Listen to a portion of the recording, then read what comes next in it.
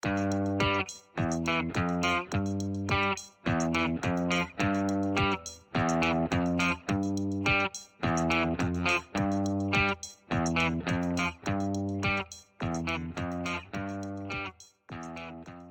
welcome, Mike Williams. This is part 3. I already let everyone know that they have to go back and listen to part 1 and 2 because this is definitely something they have to hear from the start. You've done a lot of groundwork to get to where we are. So I just encourage everyone listening, please go back to part 1 and 2. It's so important because you probably are going to be a little lost if you just join in here, but that's up to you guys. I just recommend it, and I think Mike would too, and I'm glad we got everything sorted out. We're working. Just letting everyone listening know that you've been doing this for 8 years. You've done a massive amount of research and done videos and interviews, and that this is kind of like your final, you're done with the Beatles after probably this interview or soon after. And so I wanted to let you just talk a bit about that and why you think it's come to an end. It gets to the point where you reach diminishing returns. You can continue to put work into it, but the big bang for the buck is really not there anymore. And my work, probably what I'll be known for at the end of the day, is going to be the work that I did on whether the Beatles wrote all their own music and played on all of their recorded tracks, which is highly controversial. Mm-hmm. A lot of people don't want to hear that because they love the Cinderella story. But I stand behind my research 100%. And so, at the end of the day, when people look back and say, well, what was his Beatles work? What was it really all about?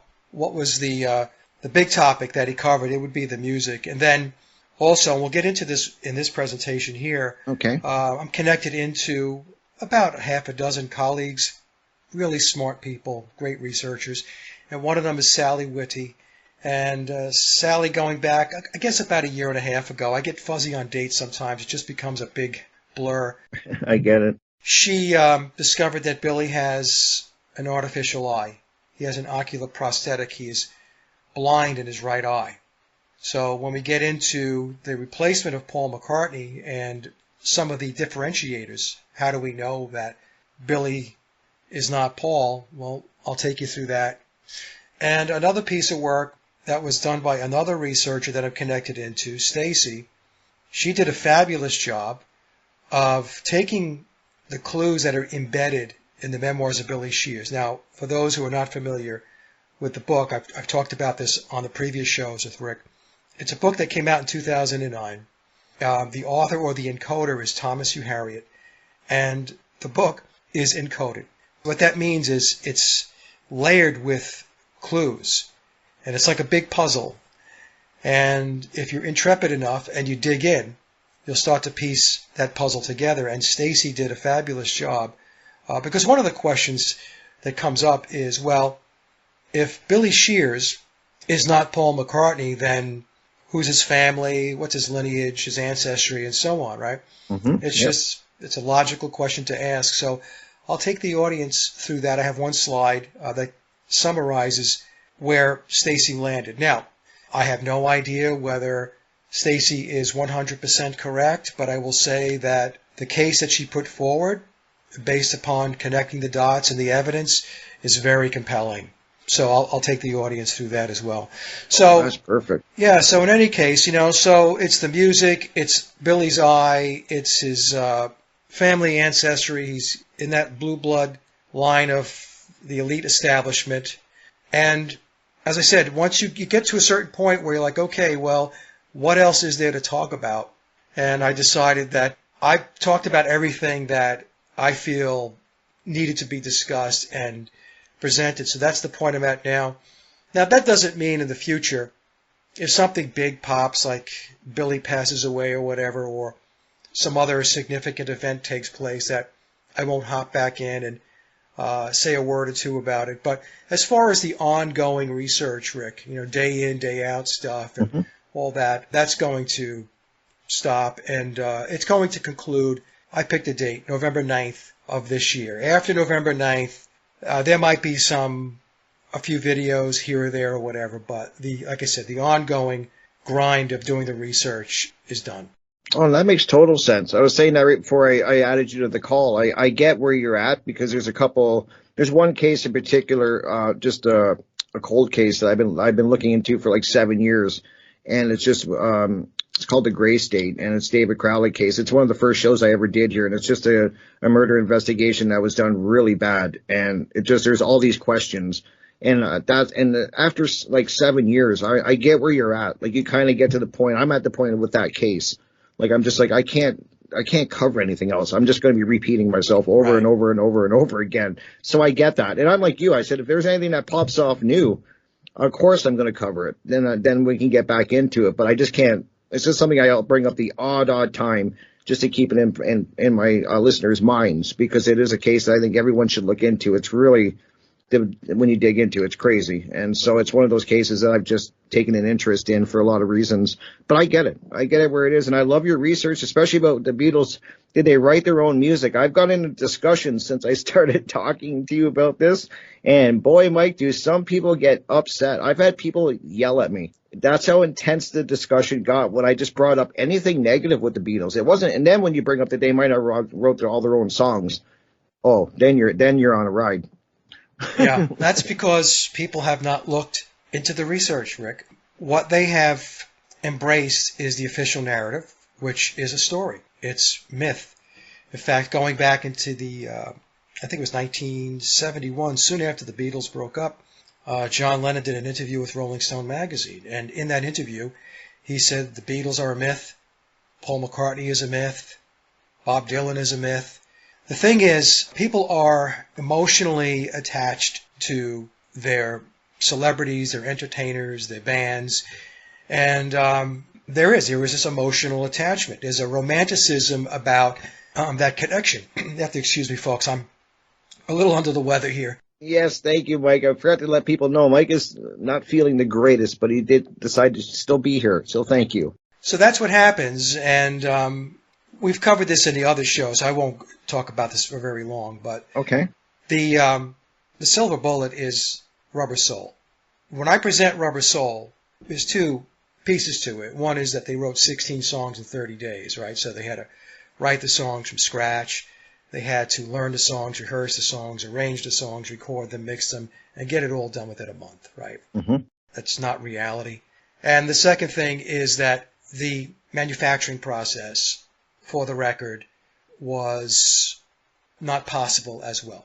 Right. The only way it could have been possible was that a ton of work was done before the Beatles ever stepped into the studio. And that meant that the songs were already written and the instrumentals were already recorded.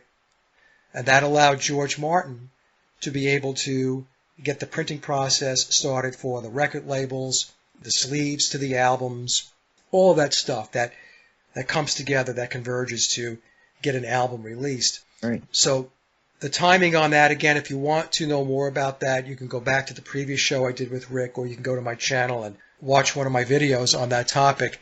Those two things alone, as far as I'm concerned, it's the nail in the coffin.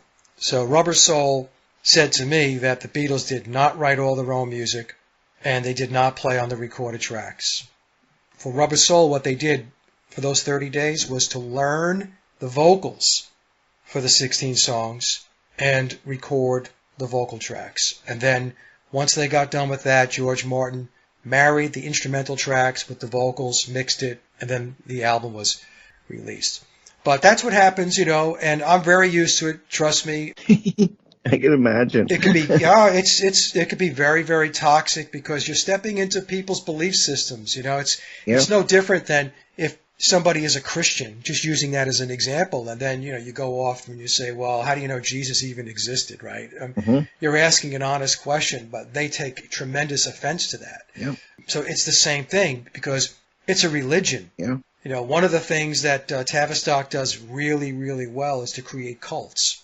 Absolutely. And the Beatles are a cult, as well as many other bands. The Rolling Stones are a cult. Led Zeppelin is a cult. The Kinks are a cult because they have followers. They have believers. Mm-hmm. The Doors are a cult. The Beatles are the largest and most prominent cult in the music industry. And that's how they're able to steer people. So once you get people into a cult mentality and they just accept whatever it is that is fed to them, whether it be through the television or the radio, or Yeah. you've got them. You've literally have them, and it's very difficult to break out of the programming. Mm-hmm. Look, again, folks, without belaboring this, I was a huge Beatle fan. I was a Beatle freak. And it wasn't until 2016 when I read the memoirs of Billy Shears, and the book had already been out 7 years. I was 7 years late to the party. Wow, okay. And once I read it in 2016, I couldn't believe what I was reading. And I didn't want to believe what I was reading. Mm-hmm. But, I said, let me take a look at this and let me see how much of this I can disprove. And, there was a whole lot of it I couldn't disprove. There are threads of fiction in the memoirs of Billy Shears. The book is very open about that, and it's because it's classified as historical fiction, and that's done for purposes of plausible deniability, because Exactly. Billy has signed non-disclosure agreements, secrecy agreements, as has Tom U. Harriet, the author/encoder of the book. Mm-hmm. So they have to have plausible deniability. But in any case, it's a tough discussion. But I will say this: there are also a lot of people, they have broken the programming, Rick, and I could see this on my channel, and I could see this through the emails. And this includes, by the way, a lot of musicians and songwriters. I have musicians, songwriters, sound engineers, a couple of producers that subscribe to my channel. They get it. They get it. And at one time, by the way, they believed what everybody else believed, that the Beatles were this great band, geniuses, prolific songwriters, great musicians, and all that stuff. And then, once you take a step back and you're objective, you have to get rid of all of the baggage that you've been carrying. Because you have to remember, the whole Beatles conspiracy, that narrative, has been around for 60 years. That's true. So we've had this hammered into our heads for 6 decades. And so it's not an easy thing to break loose from. But once you do, I tell people all the time, it's not a big deal. Once you break from it and you realize what it really was, I think that you're better off, because now you're on the side of truth versus being deceived. Absolutely. I don't know. People like to be deceived because a lot of times the deception is a warm, fuzzy thing. Yeah. And it makes them happy. That's how else would you deceive somebody? You're not going to make it ugly, because then they're going to walk away or shy away, right? So you're going to make it very compelling. And that's what they do in the entertainment and the music industry. It's completely controlled from cradle to grave. Yeah, no, that's makes total sense. As I was just saying, I totally get where you're coming from, and I know that if, like you said, if anything comes up new, you'll be the first to be there to cover it, and dive into it. So I have no doubt about that. And I'm glad that you kind of talked about how it is, orchestrated and how it is controlled, because I'm sure a lot of people listening totally get what you're saying. There might be some, like I said, people with music are a little funny when you start attacking things. Not really attacking, just even discussing. I should not use that word attacking, because I don't do that. I usually get into discussions, and then it kind of gets heated if I bring up certain things, especially the Beatles, as I was saying, and not taking anything from what they've done. That's what I try to tell people too. I'm not saying that they definitely became probably better musicians as the years went on, and stuff like that. I think they get mad that I say that at the beginning, and it's like, of course they got better and that, but it's not the story that's not the whole story. Like, it's not exactly, it's kind of fabricated, a lot of it. It's a lot of myth and stuff like that to build it up. I get it. It's part of show business. I kind of get all of it. But to think, I think most people would realize, like you said, that, this is all engineered, and most people, I think, I hope, would understand that Hollywood and social media and all of that is highly engineered, and it does steer people, and it steers the world and easily. And to think that they're not doing that with music, which we know they do, they're doing it now. Yeah. To think they weren't doing it back then is just you have to really stretch not to understand that there's some things going on, especially with Laurel Canyon and that. Like, the more I was saying before you came on, you really, when you start digging a little deeper, you start scratching just below the bands, and you start to look at all the names in it, and it really gets dark. Yeah. Like, there's a lot of cult stuff going on back then, and now it's still here. It's just changed face a little. Yeah, if you want to learn about Laurel Canyon, read Dave McGowan's book, Weird Scenes. Dave's not alive anymore, but it's a fabulous book, and he explains that all of these acts and these bands and these entertainers and so on that were in the Laurel Canyon scene, that was all being manufactured and orchestrated by the CIA, Yep. who is connected at the hip with the Tavistock Institute. Yeah. So, and the other thing, Rick, going back to something you said, which was very important, people want to argue, they get upset, well, are you saying that, the Beatles weren't great musicians? No, the Beatles, let me just tell you, okay, no, the Beatles were not great musicians, but you know what? Set that aside, forget about that, because what's happening is, people are not transcending to the main issue. They're stuck with the idol worship, right? That's what it is. It's idol worship. They love Paul McCartney, they love John Lennon, they love George Harrison, they love Ringo. So they're at that level. So that's where they want to debate. What they don't understand is, let's just say that the Beatles did write all their own music and the Beatles were fabulous musicians. It was still an agenda. You see what I'm saying? Yes. So you have to rise up above that discussion point where you want to defend your belief system, and you got to get to the point, what was the music really all about? I mean, anytime you watch a documentary on the Beatles, what do they always say? They were cultural revolutionaries. They changed the culture. That's what we need to focus on. So if they're changing culture, if there are culture wars, then what is at stake? What is actually going on? I talked about this in the last show. And that culture war is to implement cultural Marxism. It's to move to a Marxist state, New World Order. And the Beatles played a very, very key part in setting the table and getting lifestyles and values and beliefs and morals and ethics changed in order to prime the pump to move forward. Each genre of music, the British Invasion, you've got Glam metal. Glam, you've got punk. Yep. You've got all of this stuff, and all of these genres were created. There's nothing organic about any of it. Yeah. And what they're doing, it's a very incremental methodology that they use, where they just kind of take each step on the ladder one by one to make that change. Because if they make the change too quickly, then what's going to happen? They run the possibility or the risk that too many people are going to wake up and figure out what's going on. So they just take it step by step, very incrementally, and that's how they put the change forward. But in any case, so I think we want to talk about actually the replacement of Paul McCartney, right? Right. We built up to that. Yeah, we got into the Crowley. We've covered so much, and I once again I just want to thank you, Mike, because this is, like I said, you got to go back, guys, and hear the last 4 hours. Like, this is something that we've built up right from the beginning, and we've got into so much. And now we left off on Crowley and the occult, and I know you're going to be talking more about that. I'm going to just let you continue, because you're the one that can tell this perfect. I'm learning a lot of this as we go. I know some of it, but not as in depth as I have learned from listening to you. So wherever you want to take off from this, Mike, I'm here. Okay, so a question that a lot of people will have is, well, how do you know Paul McCartney was replaced? And so let me just go back and just tell the prevailing conspiracy, which has been around a long time. It really got legs starting around 1969, but it was also being bantered around before that. The prevailing theory says that Paul McCartney died in a car crash in late 1966. And the way I want to call it the mainstream conspiracy telling of the story, which is kind of weird, right? That's an oxymoron, is that the Beatles management needed to replace Paul because they were concerned that many fans were going to be extremely upset. There might be suicides and stuff like that if they found out about the loss of Paul. That's some of the stuff you'll hear. For the longest time, researchers have taken a look at, and there's been obviously researchers before me that were looking at this, and they've done some very good work.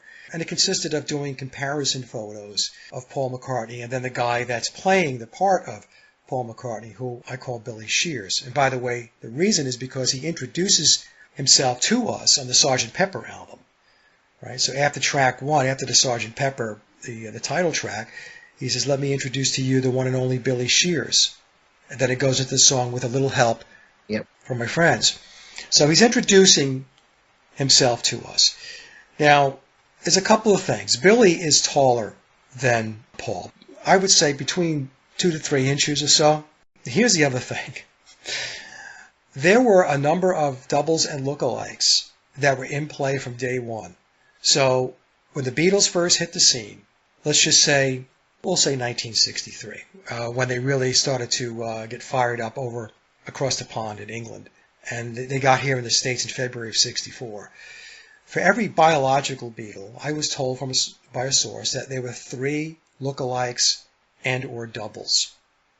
So that means that there was biological Paul and 3 lookalikes or doubles. The same thing for John Lennon, George Harrison, and Ringo Starr. So what does that mean? Well, it means that many times when you're looking at these images, going back in time, you may not be looking at biological Paul. So, and some of these doubles and lookalikes, they had different heights. They were in the ballpark, but they might be 2 inches taller, an inch shorter, so it made it very difficult. The other thing that I found over the 8 years that I've been doing the research is that many, many images have been doctored. In fact, I'm going to show you some of these images. Okay, perfect. Where they have, when I say they, I'm talking about the controllers, where they have created, in one instance, I'll show you going back to Hamburg, a hybrid Paul McCartney, where it's a little bit of biological Paul and a little bit of Billy. Going along with this, now when we have all of these, we have doubles and we have lookalikes. We have the biological versions, and we'll stick with Paul McCartney because there's also issues with John Lennon, quite honestly. But we won't get into that with this show. But I did a presentation going back about 2 years ago, and it was titled, "How Many John Lennons Are There?" Right. Because you start taking a look at the images, you're like, oh, okay, well, that guy doesn't look like that guy. But in any case, so what Tavistock did was to create a composite Paul McCartney. So over the years, what happens is you're going to see Paul McCartney looks this way in 1964, and then it looks a little bit like this in 65, 66, 67, right? We get to 67, that's when Billy appears. And going from 68 on, and all through the 70s, the 80s, into the 90s. When people see Paul McCartney, they look at him from an isolated perspective. In other words, they're looking at him in an interview. Right. Or they're looking at him in a magazine or article. But not side by side, right. Not side by side. And so you're told that this is Paul McCartney. Most people, 99.9% of the population, are going to accept it because, well, who else would it be? Mm-hmm. Because people don't think in terms of this weirdness that takes place that the controllers are engaged in. And by the way, I should mention that doubles and lookalikes are not something that's strange and odd. Many, many politicians and entertainers and important people, I think Stalin had 3 or 4 lookalikes. Yeah, Hitler had a lot too. Doubles, Yeah. So this is not something that is just specific or pinpointed just to the McCartney conspiracy. So that's what Tavistock did. They created this composite so that it just becomes a big bowl of mush after a while. You're really not paying attention. You're just accepting that this is Paul McCartney. So anyway, the way the story goes is that he was in this car crash, and so there was this hustle to replace him. And so they brought in this replacement. He came on board, and he became the new Paul McCartney. That's a very, very simplistic version of the story because the story is a lot deeper than that. In my work, I have explained that Billy has been in the pipeline for a long time. And when I say a long time, I think he goes back to the early days of the Beatles, going back to 1962. Wow. Okay. It could have been even before that, working in some capacity. Mm-hmm. He was a session musician. He's also a very talented vocalist. In the book, he tells us that one of his specialties for session work was vocal mimicry. So when people say, oh, you mean they found somebody that looks exactly like him, plays like him, sings like him, writes like him? Well, first of all, none of those things are true because Billy does not look like biological Paul McCartney. Does he resemble biological Paul McCartney? Yes, that's because of all of the cosmetics and the plastic surgery and everything else that took place to transform him. But is he a spitting image of biological Paul? No, not at all. Billy's naturally right-handed. Paul is a lefty. And that's a big one. That's a big one, right? Yeah, that's a big one. And there's a video that went out, I guess, on YouTube about, 5 or 6 years ago. Okay. And it compared Billy playing bass to Paul playing bass. And when Paul played bass, he didn't look down at his fingerboard too often. But Billy would look at his hand position on the fingerboard a lot. And people were saying, well, that meant that Paul McCartney was a better bass player. No, what that meant was Billy was naturally right-handed. So when he was playing left-handed, he was checking out what he was doing. I'm sure when he plays right-handed, he's not looking at his fretboard, but when he plays lefty, he's got to look. Right. The other thing, too, is, and I'll get into this, is, as I mentioned when we kicked off this show, Billy is blind in his right eye. He only has sight in his left eye. So when you're a lefty, the headstock is to your right, and Billy's blind in his right eye. I believe the main reason why Billy looks at the fingerboard more than Paul does when Billy's playing left-handed is because he's not a natural lefty, and because he's blind in his right eye, he's checking to make sure he's where he needs to be on that neck. Now, that doesn't mean that Billy's a lesser bass player, because when he's in the studio, he's not playing left-handed when he's recording. He plays right-handed. In fact, I guess I could tell this story. I don't think Mike will mind. Many of you may know who Mike Stock is. Mike is a prolific songwriter. He has, I think, more number one hits than Billy or, quote, Paul McCartney. Okay. He's out of England. Mike watched my work going back years ago, and we connected. And he was telling me that, he did some projects with, quote, Paul McCartney. I think he did maybe 2 or 3 of them, and I think they took place in the 1980s, if memory serves me correctly. Oh, wow, cool. Okay. So what happened was, Mike walked into the studio, and there was Billy playing guitar, right-handed. Mike paused for a moment. He says, wow, pretty good guitar player, playing righty when you're a lefty. Right. That's not easy. Right? So Billy says, he gives him this reasoning, which is kind of humorous in a way. He says, well, back in the day, they didn't have a lot of lefty guitars, so I had to learn to play right-handed as well. And of course, that doesn't make any sense, because if you're a lefty and you want to play guitar, you just flip the guitar around like Jimi Hendrix did and restring it.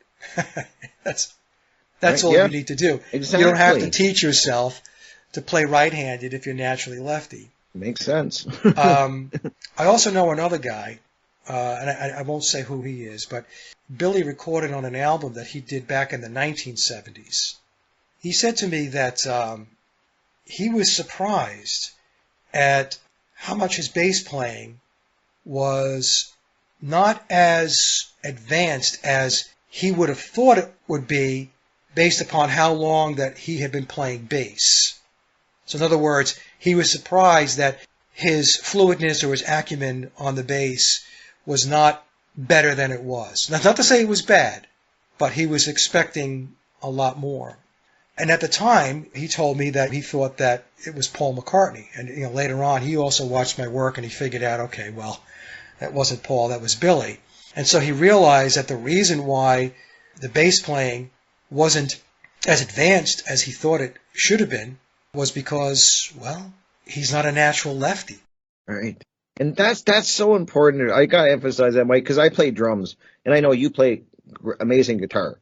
And to play your opposite hand is no easy feat. For anyone that's not a musician, I play drums. I've tried to play opposite. Like, I play drums like normal, you know what I mean? Like, you see like my stick hand, I just play normal. I don't play. I'm a righty. And I try to play left-handed, and it's a disaster. Like, I can't do it. It's so hard. I could figure it out if I sat and worked with it constantly. I could train myself. Yeah. But it is a lot of work. Like, it just is. It's like you said, Hendrix had it right. Why not do it that way? Yeah, and there are Beatle tribute bands. I think the Fab Four is one of them, where the guy that plays bass is naturally righty, and he taught himself to play left-handed. So it's not that it can't be done, but it takes a lot of commitment. Yep. Absolutely. Because unless you're ambidextrous and very motivated, right? You have to be very motivated. Yep. You and I'm not motivated to play lefty. I'm like, yeah, me neither. I'm just going to play righty. I'm a righty, Yep. But if somebody said to me, hey, Mike, you can make a ton of money if you can learn to play lefty, you might think, okay, well, how much money are we talking about? Yeah, exactly. How many zeros are on the end of that number? Because I'll figure drums out. Then you might give it a whirl. So anyway, getting back to Paul and Billy. So, we have situations where people have seen him, Mike has seen him play right-handed. Another situation where the other person, where Billy played on his record, where he didn't think his bass playing was as advanced as he would have thought it would have been. The other thing he told me was that he wrote out the music for the bass line because it was this guy's song. And so he put the sheet music down in front of Billy, and he said, I don't need sheet music. I'll figure this all out. And there's two things going on there. One of the reasons why he didn't take the sheet music is because what did they tell us about the Beatles? None of them could read music. You're right. I remember that. Yep. That's how quick Billy is on the draw. So if he's playing on somebody's album who thinks he's Paul McCartney and sheet music is placed in front of him, he's not taking the bait. And I'm not saying this guy was baiting. I'm just saying he's going to be like, okay, that could create a problem because he might say, hey, he played the bass line I wrote out for him. And somebody might say, well, that's interesting. He's not supposed to be able to read music, so how did he do that? So Billy did the bass line based upon his own musical talents. He's a multi-instrumentalist, by the way, so his ability, whether he's playing left-handed or right-handed, to figure out what to play on a song is not a problem. So anyway, so we've got... I went off on a little tangent there, but that's awesome. there are major differences in Paul and Billy. And the other thing is, like I said, it's the whole composite thing. And the other thing we have to remember is Billy has been playing the part of Paul McCartney. He has the primary contract. What that means is others have paged in and out over time to play the role, but Billy has the primary role. So he's Paul McCartney the vast majority of the time. This is why sometimes you'll see other images of Paul McCartney during the 70s in particular, where you're like, okay, well, who's that guy? Mm-hmm. So Billy has the primary role. Billy has been playing Paul McCartney longer than Paul McCartney was playing Paul McCartney. That's crazy. Think about that. So Billy's been in place since 1966. That's 58 years. Now, if we take 1962 as the starting point for Paul McCartney, when they wrapped up Hamburg and they released their first two singles, Love Me Do and P.S. I Love You, on the EMI label, the two singles, that's 4 years. Mm-hmm. So the public really has a view of Paul McCartney going back in time 60 years ago. It was a 4-year span of time. Whereas Billy has been playing the role for almost 60 years. So that's the guy that you're acclimated with. So when people say, well, you're going to say they found somebody who looks exactly like him. Dude, the guy you're talking about has been playing the role for 60 years. That's a great point to bring up. That's the guy you have etched in your brain. Right. It's not biological, Paul. It's Billy. Billy's face is longer, more oval. He has a different jawline. He has a higher forehead. He's taller. And he has a prosthetic eye. And I'll take you through that with some slides I told Rick that I have to show you that he has an artificial eye. And that is the most important discovery, proving that Billy is not Paul, that I think that's ever been presented. Everything else, people want to argue about height, all that stuff, but there's no getting around the fact that Billy has an ocular prosthetic. Right, that's huge. That is huge. Yeah, that's a game changer right there. So, it's really interesting. And I'm glad that you broke it down like that, the Paul that people, because you're right, there's only a 4-year period where there was the original Paul. Right. And then for all of that time after, that's what people are remembering back to. Yeah. So it's a great deception, like when you think about it, like that it really is. And I'm just fascinated. Yeah, if you've been looking at somebody for 60 years, Rick, that's who you know. Exactly. And I'm just glad that you broke it down like that, because I think that really makes it very clear for people listening and taking this into consideration. Like, that's the comparison that we have. We only got this 4-year period with the original Paul. Like, I'm learning so much about this, Mike, that it's so fascinating. And I'm looking forward to hour 2 for sure, because I know you want to show some pictures. I'm going to put those in the chat. Yep. So people, you guys can look and make up your own mind. I'm just saying that you have to be willing to look at this. And the more you dig into it, and you're going to see that there's some really weird things going on here, and it's not that far-fetched. We all know that the government lies. We know that Hollywood lies. We all know this that are listening, guys. And so to think that they wouldn't pull this off, I mean, come on. I get it. And as Mike said and I said, you're attacking something near and dear to your heart. I get it. I was there at one time, but I'm still willing to look. So I am going to go ahead. I know that the break should be starting now, guys. If I'm a couple seconds early, I do apologize, but please, we'll be back in like 3 or 4 minutes. Stick around. Hour 2, we got Mike Williams here. Paul is Dead channel, YouTube. I did put it in the chat. Check it out, guys, when you get a moment. We'll be back in like 4 or 5 minutes, guys.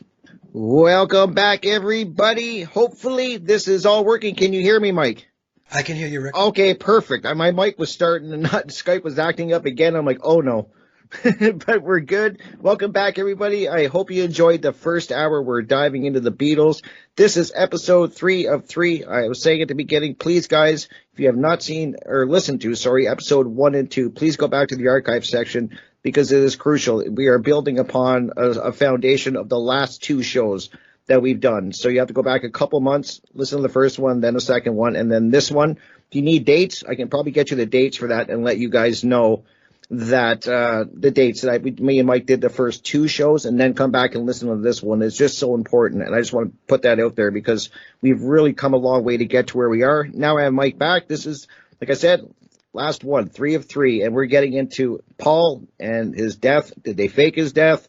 Is it the real Paul McCartney? And Mike's doing a great job. And we're going to be looking at an image of different over the years of Paul and how he's changed. So take it over, Mike, where you wanted to take off from here. Okay, so the first thing I want to say, Rick, is that there's a couple of schools of thought here. One is that Paul died. Another one is that Paul didn't die; that he was just simply replaced and retired. And of course, some people believe that Paul's always been Paul, but he's not. Billy is not Paul, and Paul is not Billy. So what I tell people is, look, I don't get overly concerned about or caught up in whether he actually died or not, or he was just replaced and swapped out. It's an interesting discussion to have. We'll never really know for sure, although I definitely lean toward him not being here anymore, meaning that he's deceased. But is it possible that he could have just been replaced and gone off to, I don't know, like a witness protection program or something like that? I don't know. The more important thing is that, again, is what I said earlier. It's about what the Beatles were all about as far as a social and cultural engineering initiative. So whether Paul McCartney was in the band or not, whether he died or not, whether he was replaced or not, in my view, at the end of the day, it's not going to make a whole lot of difference because the Beatles, as a social engineering entity created by Tavistock, was going to do what it was designed to do, and that is to social engineer the masses. So regardless, if Paul was still there, the Beatles still would have been in that social engineering mode. Now, Billy put it into high gear because he was a very high level within the elite establishment, as well as being an accomplished occultist. And Billy, in essence, took over the band. He was the band's handler come late 1966. In a way, he kind of replaced George Martin. George Martin was still there, but Billy was much more prominent as far as shaping the music, moving the band in a certain direction, and so on. You're going to hear different dates, too. Some people will say, oh, he died in August of 66. Some people will say, and I go with this date because of the occult significance, he died September 11th of 1966. Others will say it was November 9th of 1966. And that's because when you look at the drum head on Sgt. Pepper and you move the mirror up halfway up the drum head, the British will say it's the British format, which would say November 9th. But in the book, Billy unequivocally tells us that, no, the date was September 11th of 1966. And September 11th is a very important date. Absolutely. In the occult, okay? Yep. So you have August, you have September, and you have November. I tell people it doesn't matter to me. It really doesn't. Because if he died, dead is dead. Whether he died in August, September, or November, you're not here anymore. And if he was just replaced, then he was replaced. But like I said, we have to transcend all that. We have to understand what the Beatles were created to do. So with or without Paul McCartney, I think that Tavistock and the Deep State were going to pull out as many rabbits out of the hat that they possibly could to make sure that they accomplished what they were looking to accomplish with the Beatles and the music industry in general. Okay, so anyway, so going back to 2009, this is an article that came out in Wired magazine in Italy back in 2009. You see July 7th of 2010 here, but that's when this particular post was dated. So back in 2009, there were two Italians. The title of the article is Ask Who Was That Beatle? So we'll just say, who was that Beatle? Okay. So the cover story for the July 15, 2009 issue of Wired Italia, the Italian edition of the U.S. magazine Wired, describes the analysis of the McCartney conspiracy theory conducted by two Italians, Gabriella Carlisi and Francesco Gavazzini, the man and the woman that we see in the photo above. The purpose for analyzing this conspiracy theory was to provide indisputable scientific evidence that would put an end to the persistent rumors that Paul McCartney had died in a car accident in 1966. Now, this is very interesting, right? Because they're saying to provide indisputable scientific evidence that would put an end to the persistent rumors. Mm-hmm. And it has been very persistent. However, the results of their analysis surprised them. Instead of putting an end to the rumors, their analysis provides scientific evidence that the Paul McCartney of today is not the same man as the Paul McCartney prior to 1966. And I'll send you a link to this, Rick, so you can put it into your description box. Perfect. That would be great. Thank Everybody you. Can, because I'm not going to read this whole thing. It's 8 pages. By coincidence, on that same day that this article appeared in Italy, Paul McCartney was at the Ed Sullivan Theater in New York City to appear on the David Letterman television show and to give a free outdoor performance on top of the marquee of the Ed Sullivan Theater.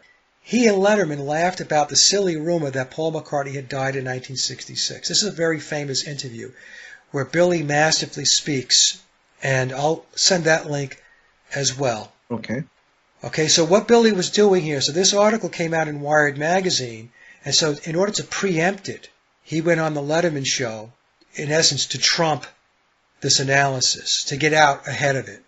We can interpret McCartney's appearance in New York City as an attempt to distract Americans from the publication of the Italian article and to encourage Americans to laugh at the McCartney conspiracy theories. So this person says, I will use the name Paul to refer to Paul McCartney before the 1966 car accident and Fall to refer to the Paul McCartney after the accident. So who are Gabriella Carlisi and Francesco Gavazzini?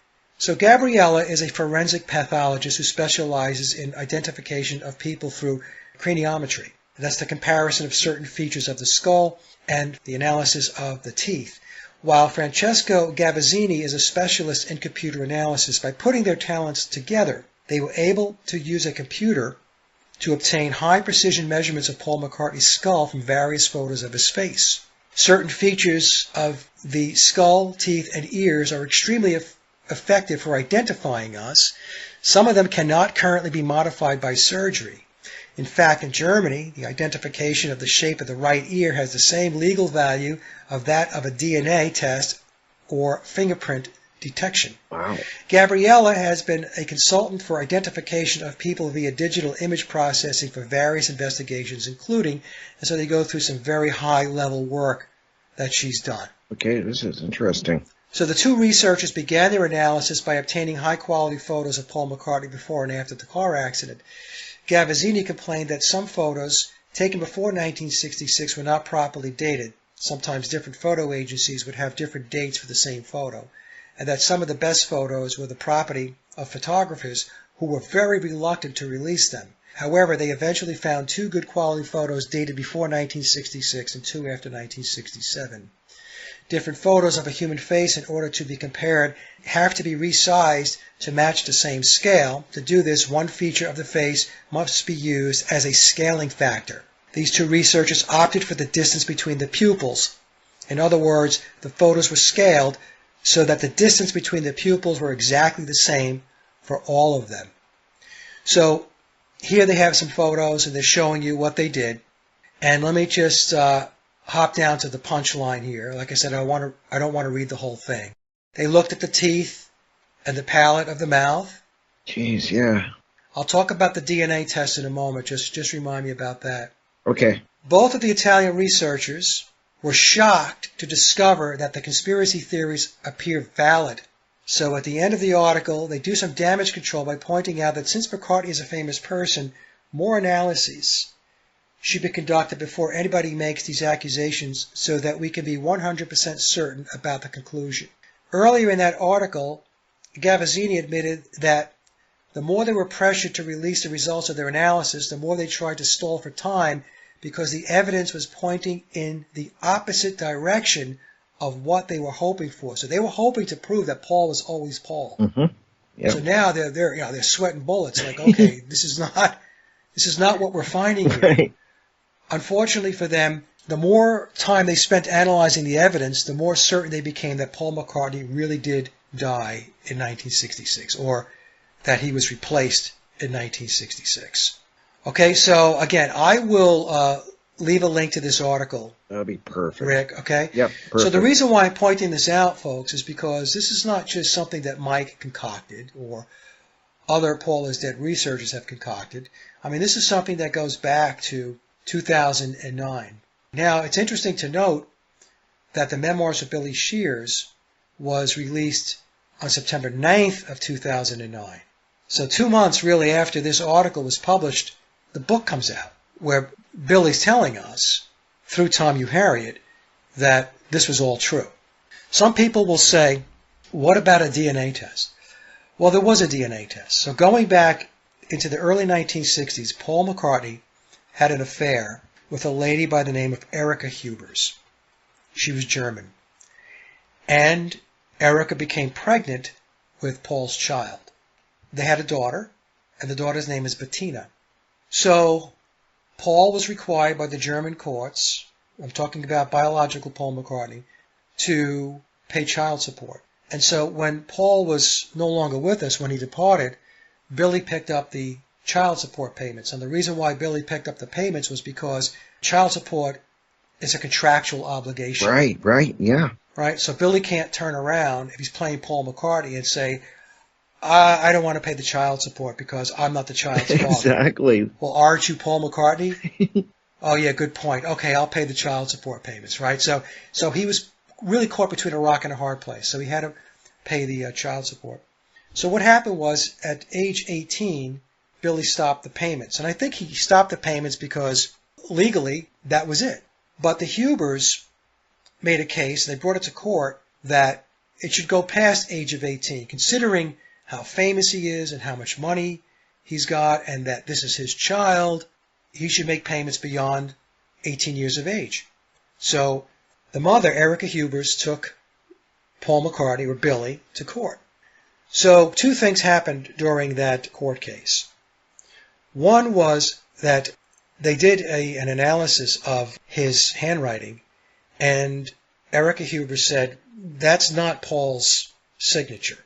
And the court took the signature that they had, that was Billy's signature, and they compared it to some signatures they had in a museum in Germany. And it was quite perplexing because they didn't match. They weren't the same signature. The court ordered Billy to give a blood sample for DNA testing. And so Billy did that. And of course, since Billy is not really Paul McCartney, when the DNA testing came back, what happened?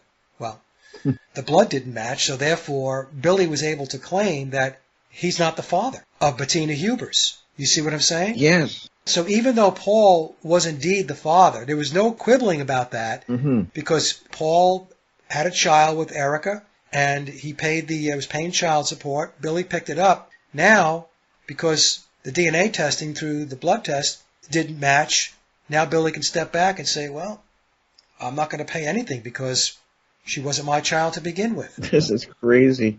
So now, for those that are wondering if this is a made-up story, there's no need to wonder. Go and do a search.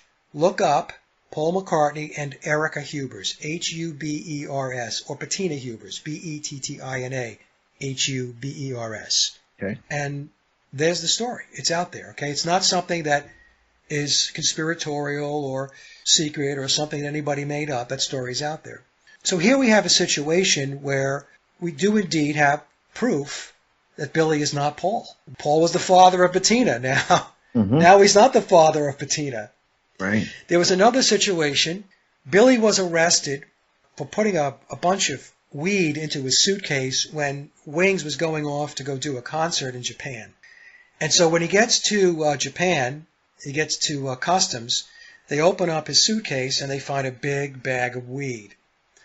And so this caused a big problem for him, because the Japanese culture, it's just not something that You do. Exactly. You're correct. Yep.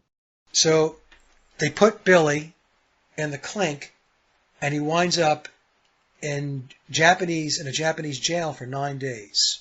So what happened was they took his fingerprints when they arrested him. So while he's in jail, the Japanese police are interrogating him, and they're saying to him, "Who are you?"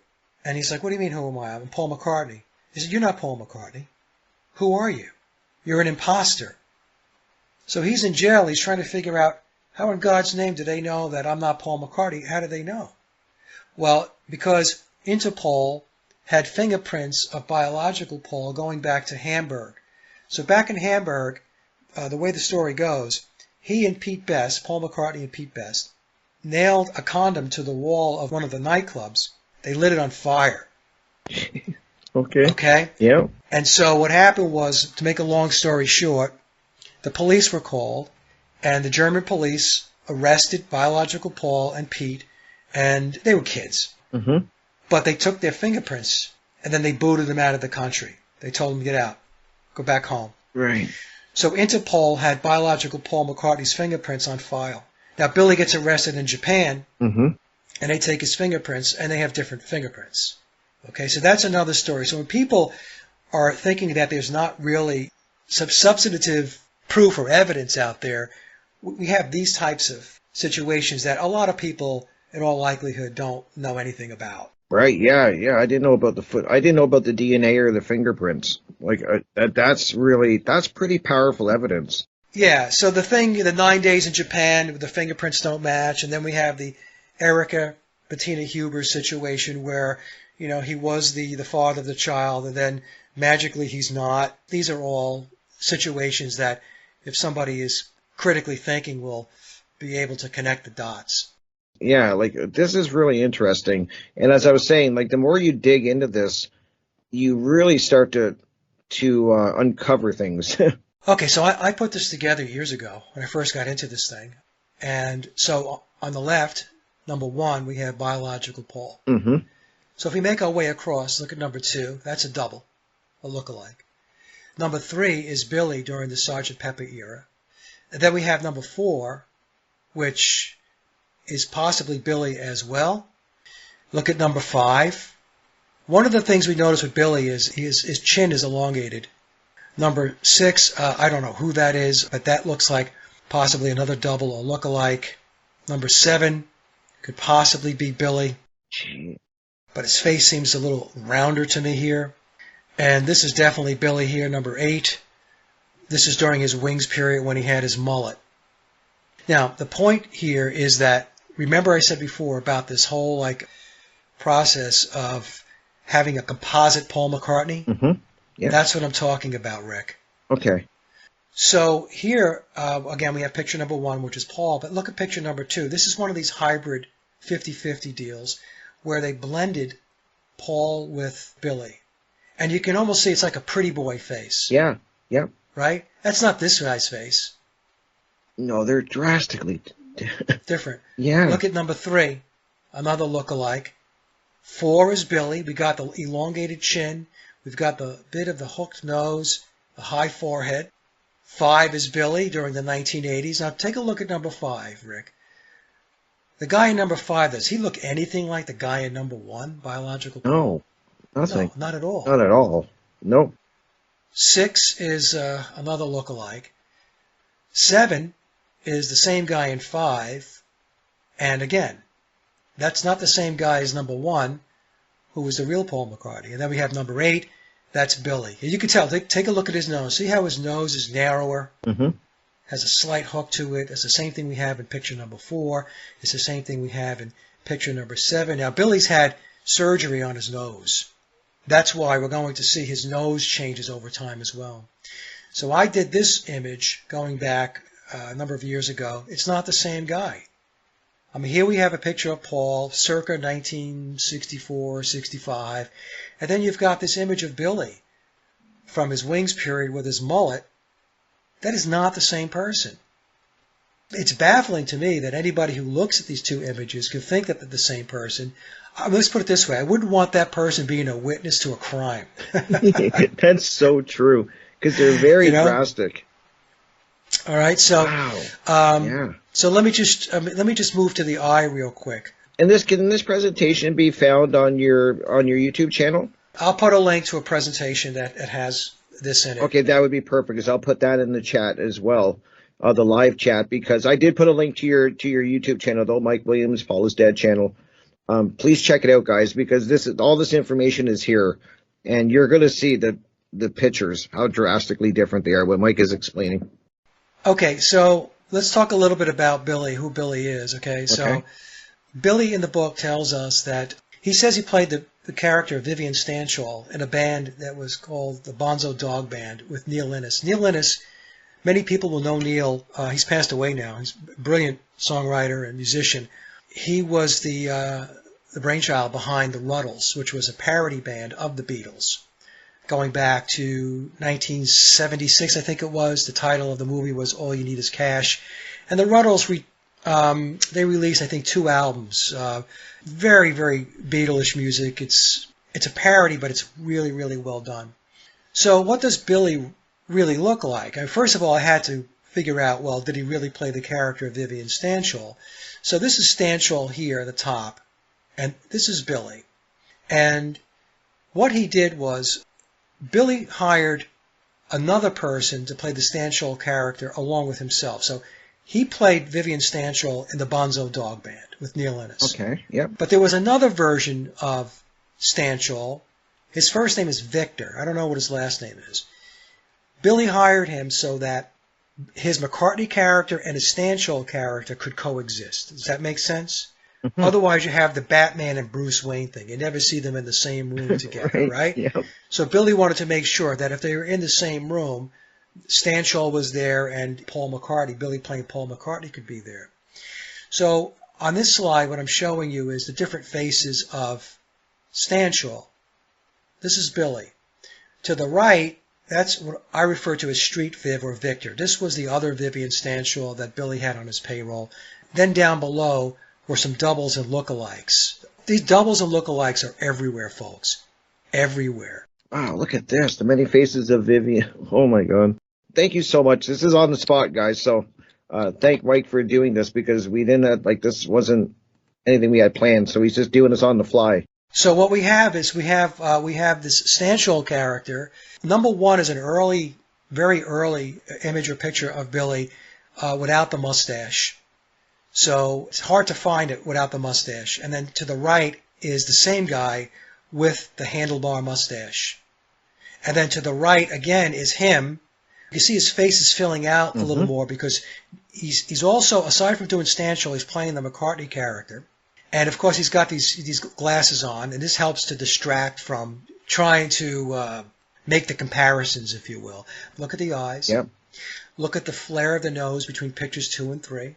Mhm. And then you've got other images that don't look like him at all. Let's take a look at picture number 7. Look at the nose here. It's kind of this shorter, stubbier nose. The same thing here in number 8. Number 9 is the picture of Stanshall that you'll see in Wikipedia because they tell us that Stanshall died in 1995. Well, the version of Stanshall that's in Wikipedia that passed away in 1995 was Victor.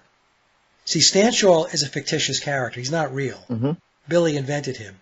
But Victor took on the persona of Stanshall. And so when you look at Wikipedia and you see the death of Vivian Stanshall, that's who they're showing you. They're showing you Victor. They're not showing you Billy because obviously he's still alive. Exactly. So here's the 2 different versions of Stanshall, right? We can see they're 2 different people. But both of these people are called Vivian Stanshall. That's amazing. Wow. You really get it's great that you have the side-by-sides. Yeah. This it just adds so much. It's so hard to explain it. And I'm going to try to go through this quickly because I want to get to Billy and his eye, and you'll see more of Stanshall. Okay. So here's an image that I found. This is Billy as McCartney and Stanshall. This is the same person. So Billy tells us what he does is when he plays his Stanshall character, he forces his eyebrows down. When he plays his McCartney character, he raises his eyebrows. And he says he does this because it alters the appearance of the face. Right. Look at the teeth. The teeth are the same. Look at the shape of the mouth. Look at the eyes. Yeah, that is really telling. This is Billy playing McCartney, and this is Billy playing Stanshall. Take a look at this. So it's the same image from before. This is the same guy. Notice the hair and again the eye shape. Mm-hmm. It's the same guy. Here's the two different Stanchels again. Here's Billy on the left, and here's Victor on the right. But first of all, Billy's got this blondish, reddish hair.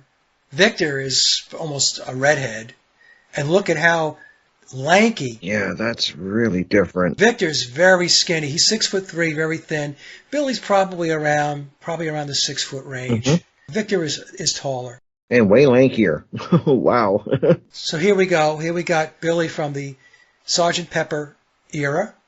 And here is his image playing the Stanchel character with the funny glasses. Look what happens when we superimpose the pictures upon each other.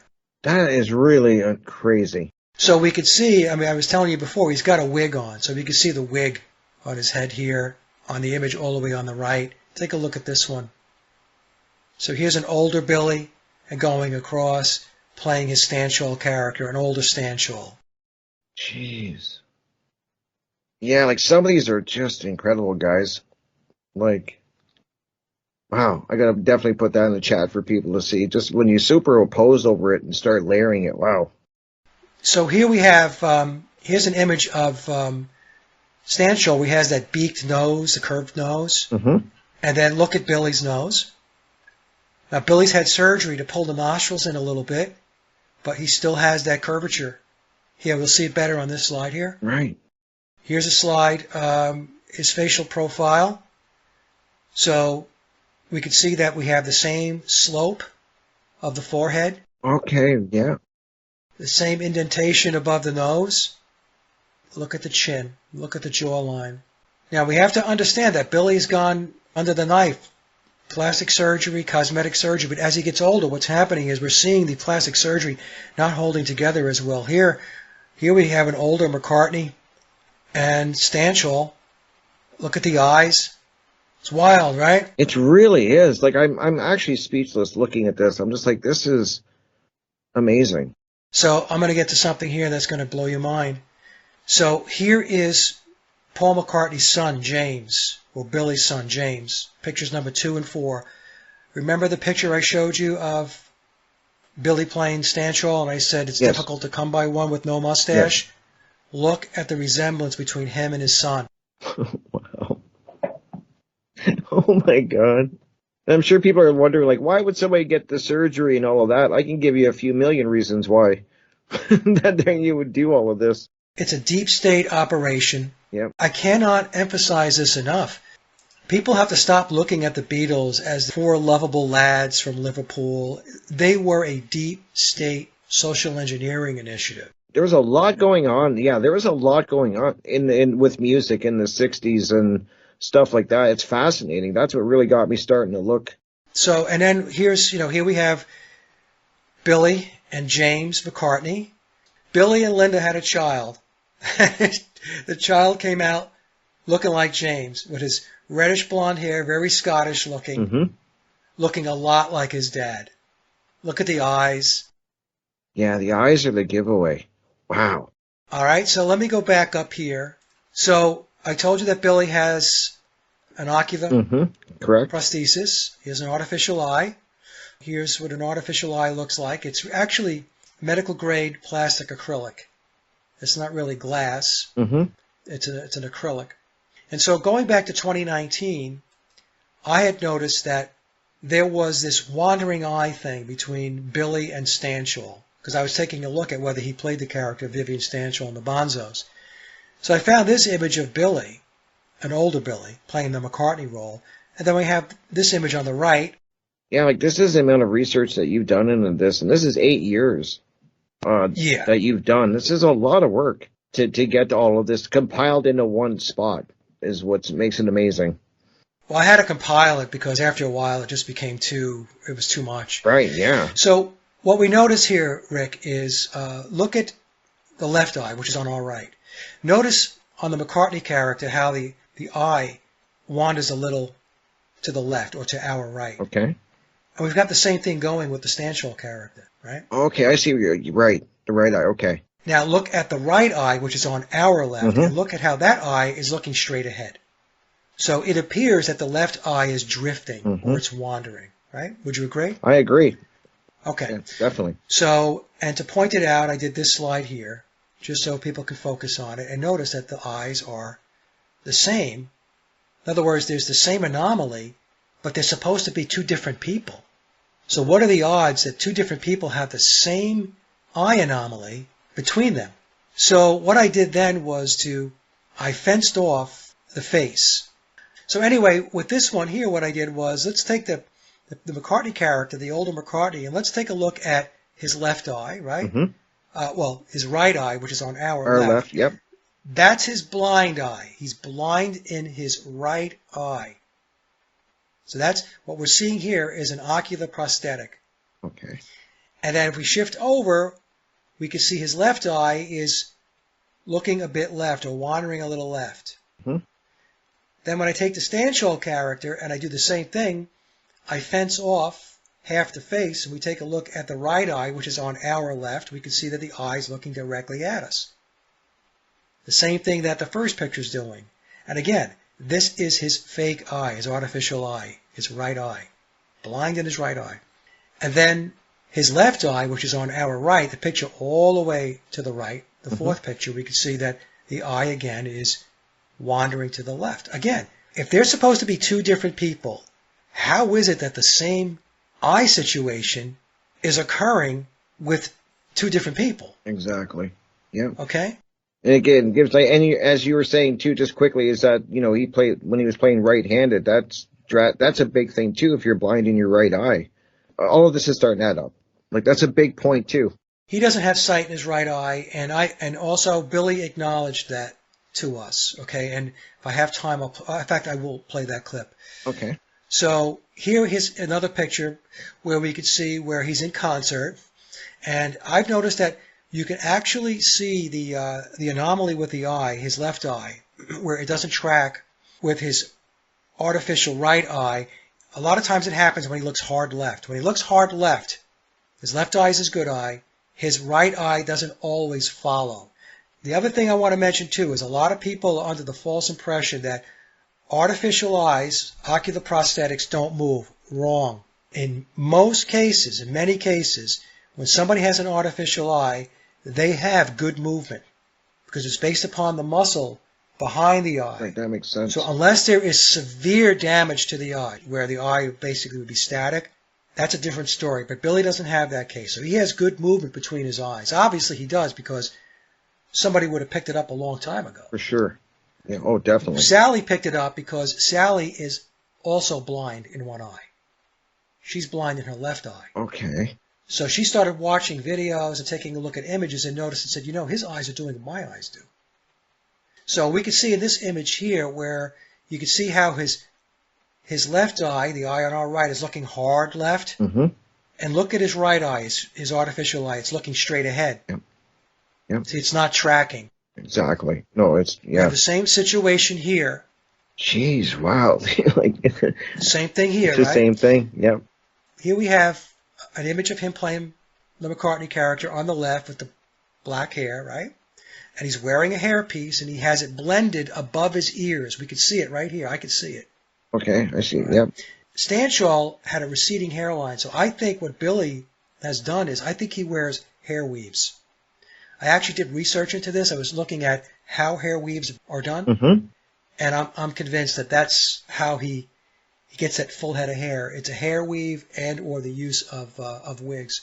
So let's take a look at this image, okay? We can see that we have the exact same jawline. Look at the mustache. He didn't even bother to change up the mustache. Yeah. It's the same mustache.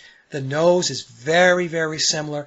He's had a little bit of work here where he's skinnied up on the left as McCartney. He's skinnied up where the nostrils are versus the Stanshall character. Now, some people, I had this one person always on me about the eyes. Oh, they can't alter eyes. They can't alter eyes. I'm like, wrong. Mm-hmm. You have to do some research. There's a surgical procedure called a blepharoplasty or a bleph.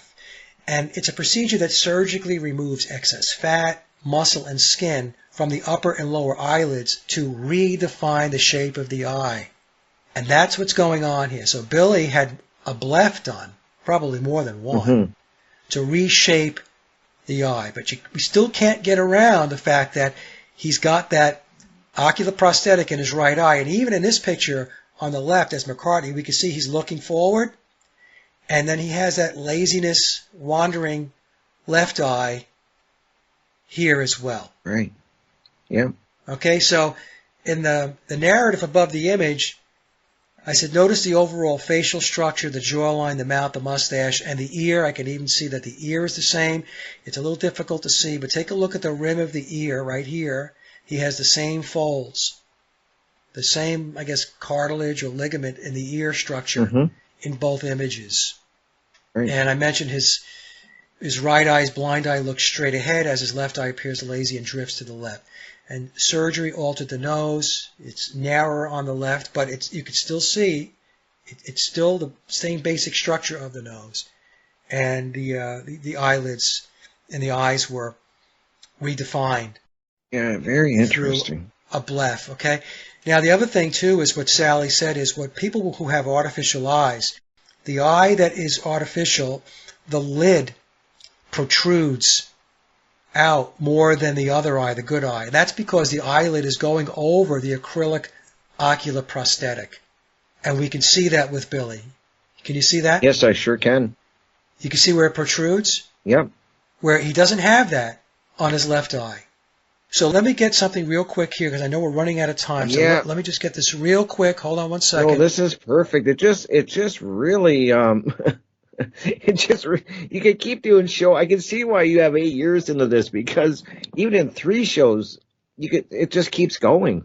Oh my God, Rick! I mean, I could talk about this for days. My biggest fear is somebody will ask me to go to some kind of like Paul is Dead convention, Right. or something, and want to present. I'd be like, where do you want me to start? Exactly. And then like how much time do you have? Because we put 6 hours into this just building up to this point. All right, so let me just see if I can share this real quick. Yeah, the images are really. I'm glad that we got that out to the people watching in the chat or listening in the chat because that's really helped. And I'm going to put a link again to your YouTube channel while you're looking, just because please guys go give it a look. All of what we're talking about is right on this page. So after we came out with his ocular prosthetic, now we spoke to Tom about this, or Sally did, and Tom said, be diplomatic about this. In other words, which of course we're very professional, so we would never ever poke fun or anything like that, all right? So just real quick, what happens is Billy's at this exhibit. It's the Eye of the Storm exhibit where allegedly Paul McCartney took all these pictures back in 1964.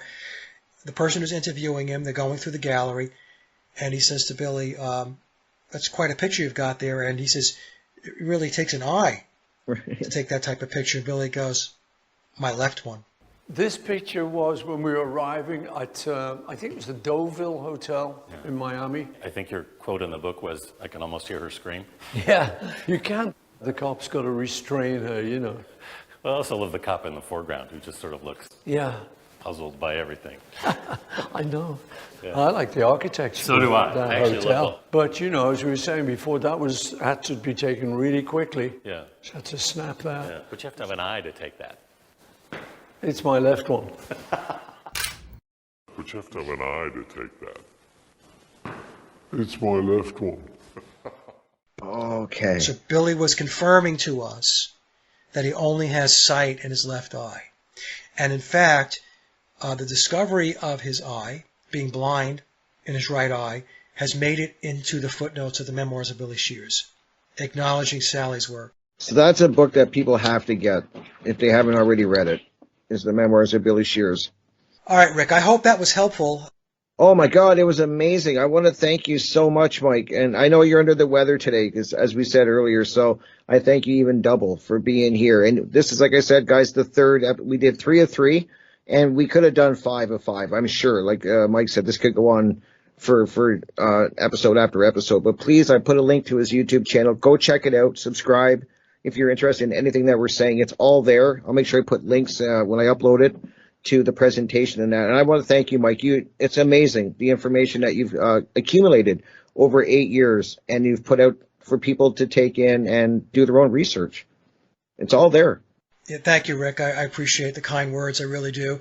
Like I said, you reach the end of the road on things, and 8 years is a long time, so I don't have any regrets. And for anybody who's interested, like I said, my YouTube channel will be up, and it'll be a repository for the body of work, and have fun. Awesome. Yeah, for sure. And like I said, links are up, guys. I'm going to upload this so you guys can check it out, the video format of it.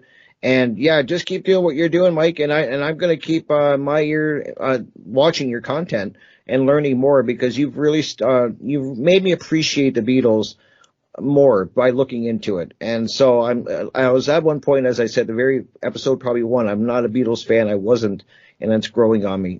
But what also is happening at the same time is that when you start researching, you realize, like you said, how dark it goes and deep it gets. So yeah, thank you, Rick. Thank you so much. oh, thank you so much. I will definitely keep in touch if I have any questions that I need help with, or some guidance where to look next, because this is really fascinating to me. And thank you for being able to provide the slides on the quick notice like that. It really helped the chat to follow along. So that was awesome. Yeah, you're welcome. All right. Have a great week. I promise I will keep in touch, my friend. Maybe we can talk music sometime, and just talk music, and doesn't have to be the Beatles.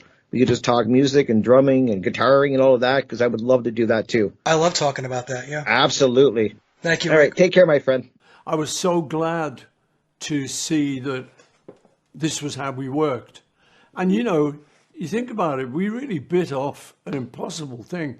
We're supposed to write and learn and perform new songs all in the period of about a month or something.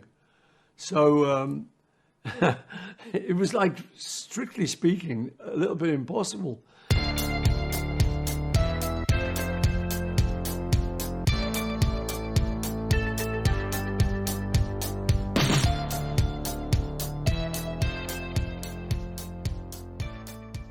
Well, folks, I have a very, very good show today. I have a great guest. Sharon Clemons is with us, and Sharon has a book out on the Beatles.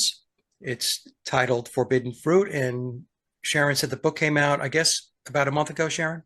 Yes. Mm-hmm. Yeah. So, and she's going to take us through her research. And before we started the show, we discussed how her research goes beyond just the typical conspiracy around the Beatles, which would be Paul is dead, or the replacement of Paul McCartney. So, Sharon, welcome, and I'm very happy to have you on the show. Thank you. And what I'd like to do to get started, because this is always of interest to the audience, is for you to give a little background about your journey, how you ended up looking into the McCartney and Beatles conspiracy.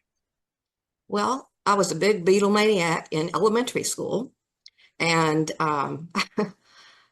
and really, I got into it because of my older sister, who was also a big Beatle maniac. But I was still in elementary school when Sgt. Pepper's came out.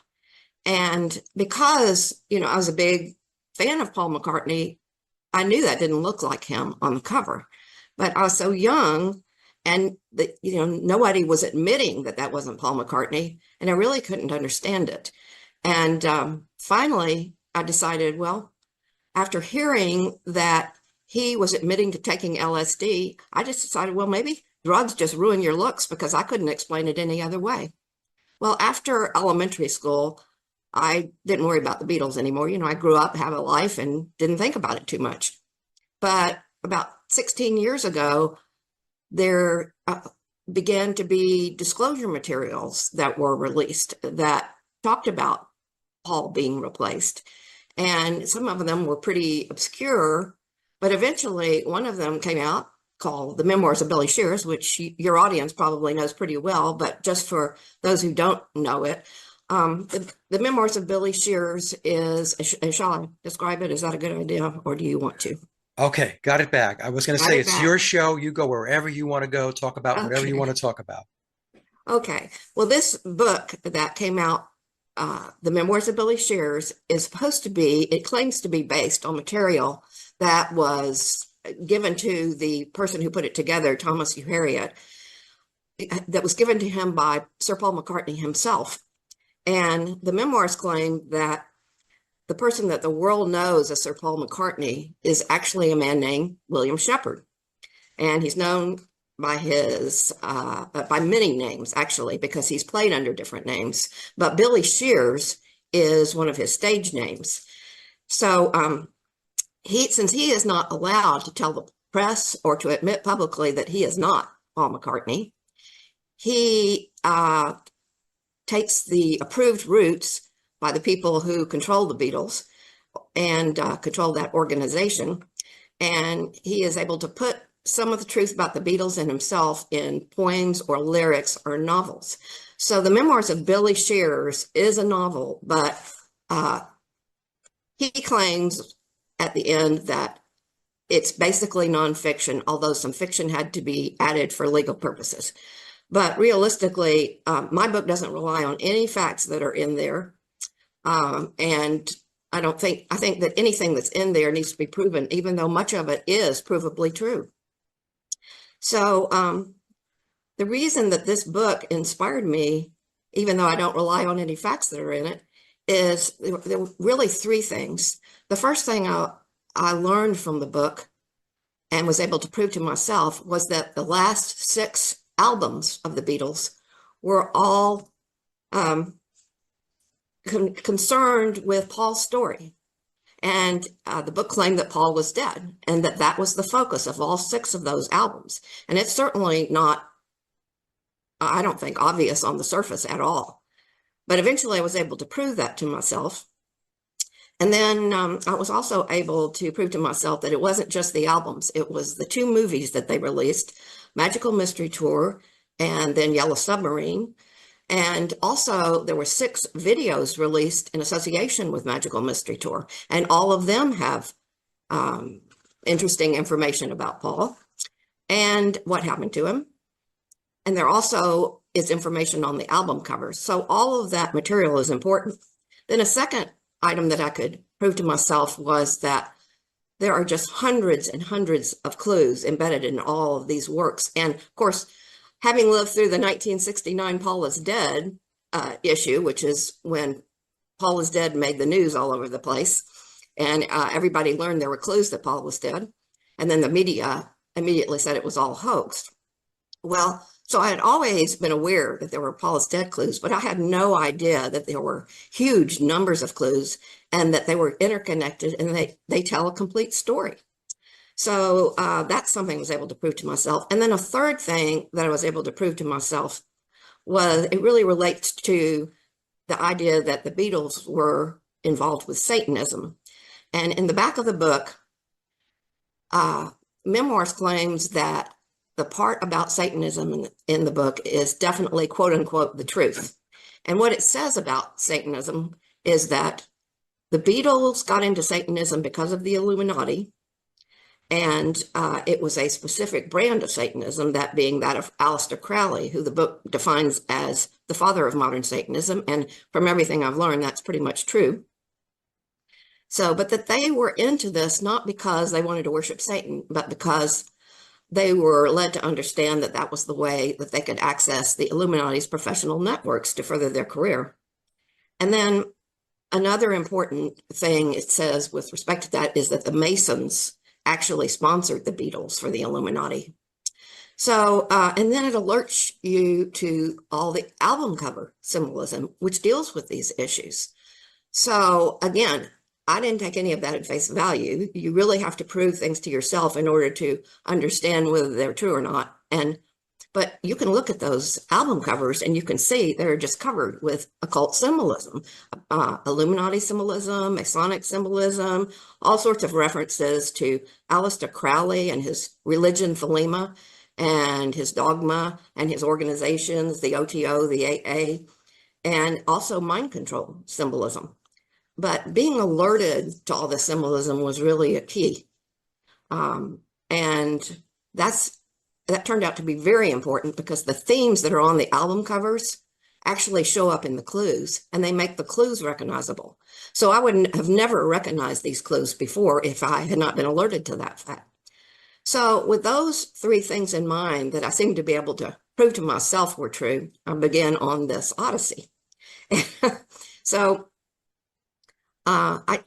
just to give an example, actually, of when did you start sharing? Just back up a second. When did you, like, you were aware of the conspiracy, but when did you start to really dig in and to No, uncover all of these clues. Because what I tell people is once you see it, you cannot unsee it. no, you cannot unsee it. And Yeah. not only that, but once you see it in detail, I mean, you just can't deny anything. I mean, you can deny certain facts, but you cannot deny that Paul was replaced. And I think after you hear this story, you'll realize there's a lot of it you absolutely can't deny. So anyway, I was listening to I Am the Walrus on a long trip out west, and I hadn't listened to it in a long time. And because if you've ever driven across West Texas, you know it can be a little bit tedious. And so I just was sitting there as the passenger thinking about this. And so when I got back, I looked up I Am the Walrus and started looking at those lyrics, which have never made sense. But I began to focus in on the words in the lyrics instead of the lyrics themselves. And I began to see a pattern. And that pattern made me do some research. It appeared to me that the words there seemed to be referencing a place. But while I was trying to figure this out, I also was paying attention to the song Glass Onion, because Glass Onion is a follow-up song to I Am the Walrus, where John explains the clues, he tries to help people understand that there are clues and that, they need to pay attention to get those clues. Here's another clue for you all. That's right. The Right. walrus was Paul. So he alerts people in Glass Onion that the Beatles have been giving out clues, and he's now going to give us another one. The walrus is Paul, but that's very interesting because the title of his walrus song is I Am the Walrus, so that's the same thing as saying I am Paul, which tells you that I Am the Walrus is a song about Paul. And once it's apparent that I Am the Walrus is about Paul, then one line in the song begins to make sense. And that line is, "Man, you've been a naughty boy. You let your face grow long." So I was wondering if we could show pictures 2 and 3, because I want to demonstrate why those of us who recognize that he's been replaced can say that Paul's face grew long. That's the first picture you wanted me to bring up, Sharon. So what is it about this picture you wanted to talk about? The reason I wanted people to see this picture is it is a picture of the official Paul in 1965. And this picture was taken when the Beatles were presented with MBEs in October of 1965, and there were a huge number of pictures taken that day. So it is one of the most reliable pictures of the original Paul, and or at least the person who is officially the original Paul, because as we know, there were doubles that were used for him occasionally. Right. But this is just kind of a point of reference because you can see he's very youthful, he's very cute, and he's very natural looking.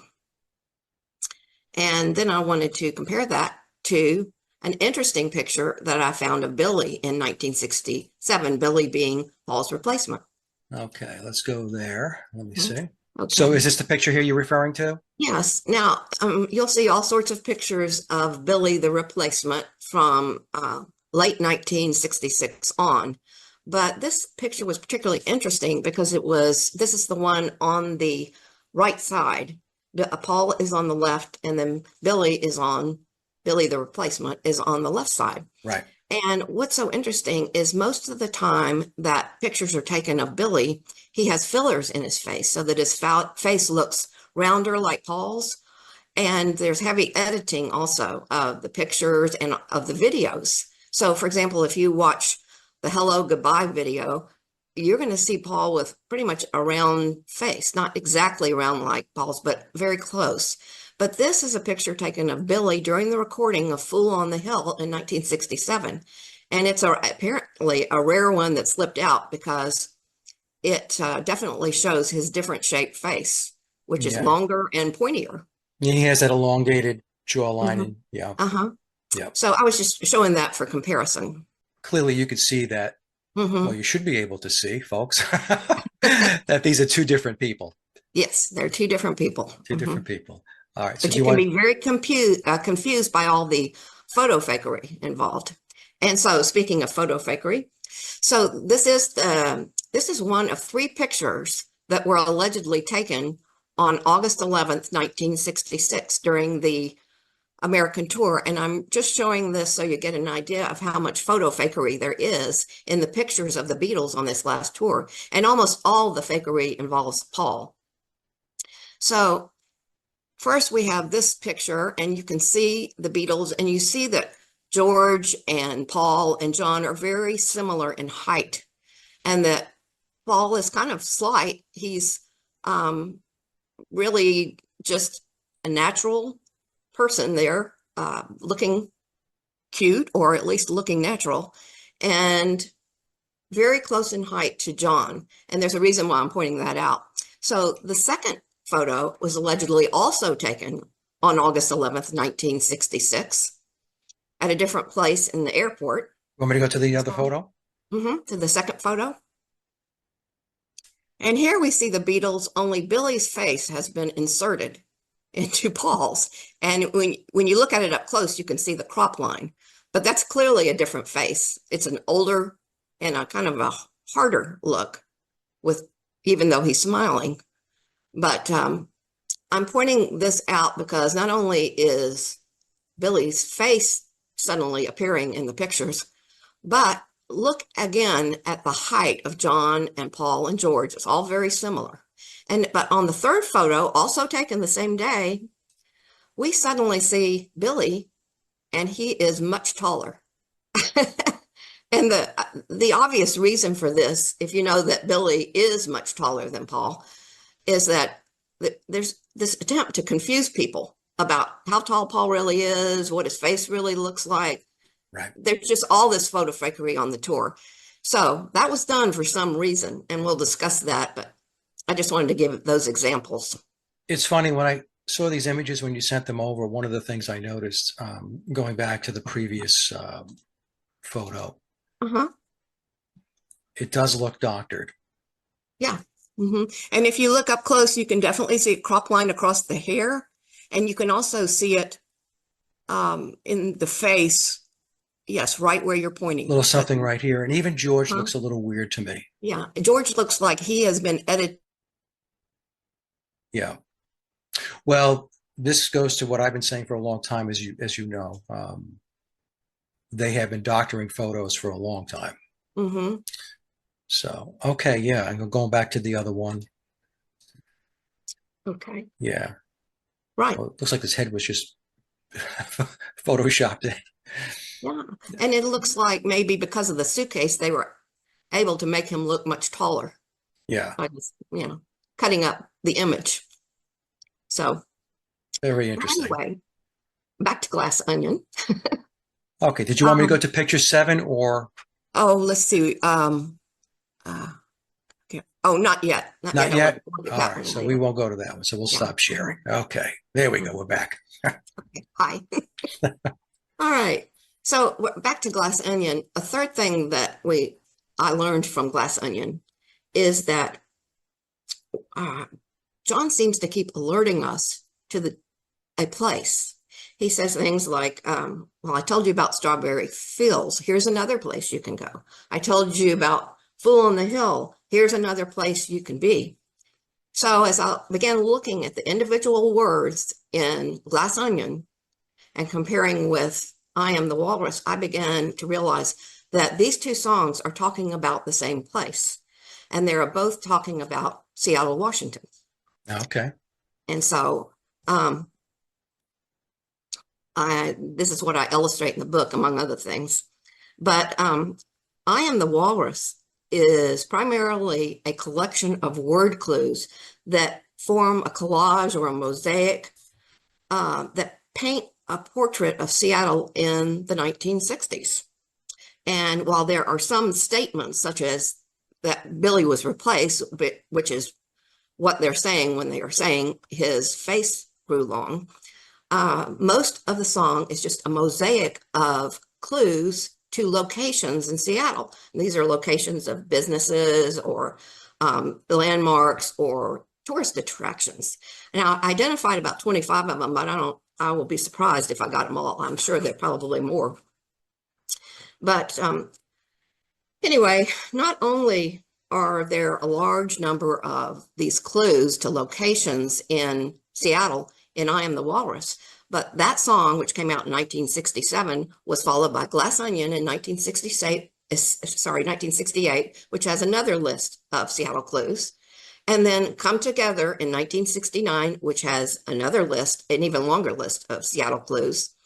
And then there are clues sprinkled all around other songs that point to Seattle. In fact, there are 3 songs that I found, there may be more, that are just one big Seattle clue. Okay, so your research says that Paul died in the United States then? He died in the United States. Okay. And so I found... And you don't believe John's comment that he just put words together because they sounded good? No, I don't. I don't think you will either after you read the book. No, I didn't believe it when he first said it. No. I don't believe the story that I Am the Walrus is just deliberate nonsense. Right. I've never believed that, but I certainly never realized how much there was in it. So I found more than Seattle clues, and I'm definitely sure I haven't found them all. But the question is, if I Am the Walrus is saying that Paul was replaced because suddenly his face is no longer. And there are all these Seattle clues. It suggests that his replacement must be connected to Seattle in some way. And then in addition to that, Glass Onion seems to be saying he is deceased. And the reason for that is that it ends in a dirge.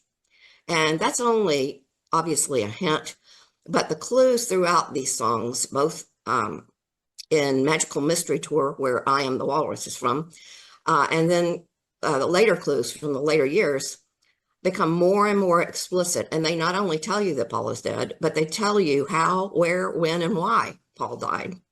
It's amazing how much detail there is. So as it turns out, Seattle is the place where Paul's story, the story of his death and replacement, actually begins. And it's the first of several critical places that are embedded in the puzzle and the story underlying the puzzle that the Beatles put through all of their works.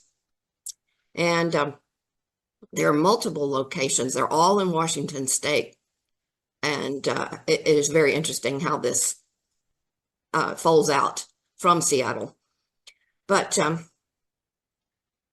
I just found the fact that there were all these Seattle clues, first of all, to be very interesting for several reasons. And one is that some of the researchers, and I know you probably know who they are, have long said that he disappeared after the Seattle concert. But I didn't really know why that was, because I knew they were looking at pictures and I didn't think pictures were reliable. So I really didn't understand why they were saying that. And a lot of people just find that to be totally unbelievable, because after all, the Beatles did show up for the last 2 concerts on their American tour after the Seattle concerts. So, it kind of seemed unbelievable. And then, but I think they said that they hadn't seen them.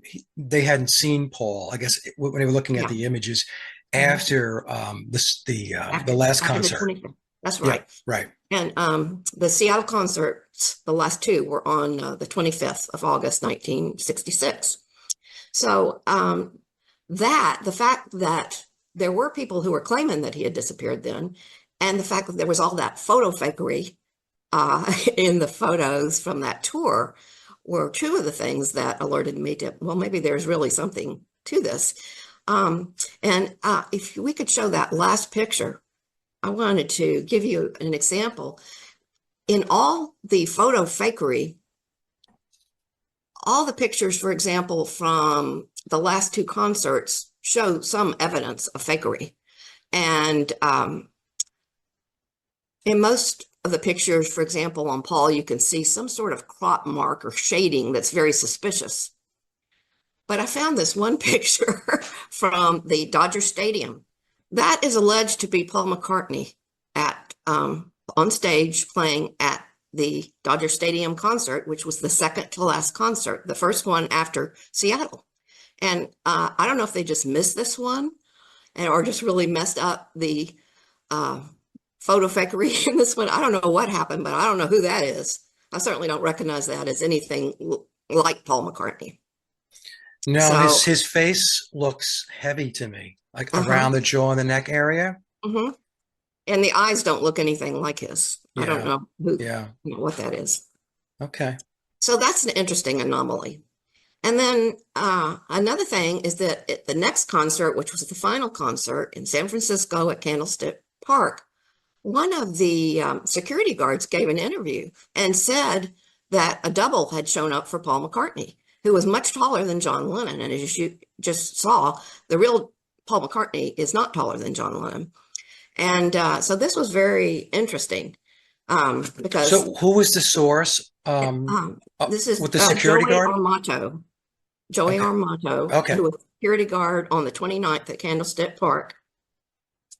And then at that same concert, the opening group for the Beatles was the Remains. And one of the key singers, in fact, I think he's the lead singer in that group, is Barry Tashian. And Barry Tashian also gave an interview about how strange that concert was. He said that their stage was put far away from the audience, much farther than usual, and it made them feel very isolated. And he just didn't really understand why that had happened. And of course, that's particularly interesting since Memoirs claims that at the beginning of August in 1966, a recording was made of John and Paul. This was in the first week of August, and that it was played at the end of the tour. Now, why would there be any reason to play unless people were on stage lip syncing to their recording? And, so whether what is in Memoirs is true, the fact that the stage was put so far away was definitely for a reason. I mean, obviously, the players couldn't be seen that well, and maybe that was because they were lip syncing, but it was probably even more so because Makes it harder to identify. Strangers. There were some strangers on. Anyway, this doesn't prove anything. Yeah. This is just alerting me to, well, wait a minute. Why are there all these anomalies? It's certainly possible that certain things might have happened in Seattle or after Seattle because there's just too many anomalies that haven't been explained. So from there, I noticed, well, the Beatles stayed in downtown Seattle at what then was called the Edgewater Inn, and it's now called the Edgewater Hotel. And that is very interesting because when I look at the location of the Edgewater Inn, which is right on the water in downtown Seattle, I began to see that a lot of these Seattle clues in I Am the Walrus point to something that the Beatles were likely to have seen from just being in downtown Seattle, or else they were likely to have heard about. So if it's okay, I'd like to go through some of the clues that I found that point The maps? Excuse me? Did you want to go through the maps? Well, I do, starting in just a second. Oh, I'm sorry. I thought you wanted me to screen share something you sent me. No, but you want to go through actually putting up map 1 would be a good idea. Okay. Then we can start with that. All right. Is that it, Sharon? That's it. Okay, great. So, this is a map of the core of downtown Seattle. And so I just wanted to point out some places near the Beatles Hotel that seem to be referenced in the clues. So starting with the chorus, which most people know is, I am the Eggman, they are the Eggmen, I am the Walrus. Well, the word walrus as a clue was the easiest thing to find because it refers to the Arctic Club Hotel, which is also known as the Walrus Building. And can you see on the map where the Arctic Club Hotel is right in the middle? Right in the middle here. Seattle? Yep. It does show up? Okay. Yep. Okay, good.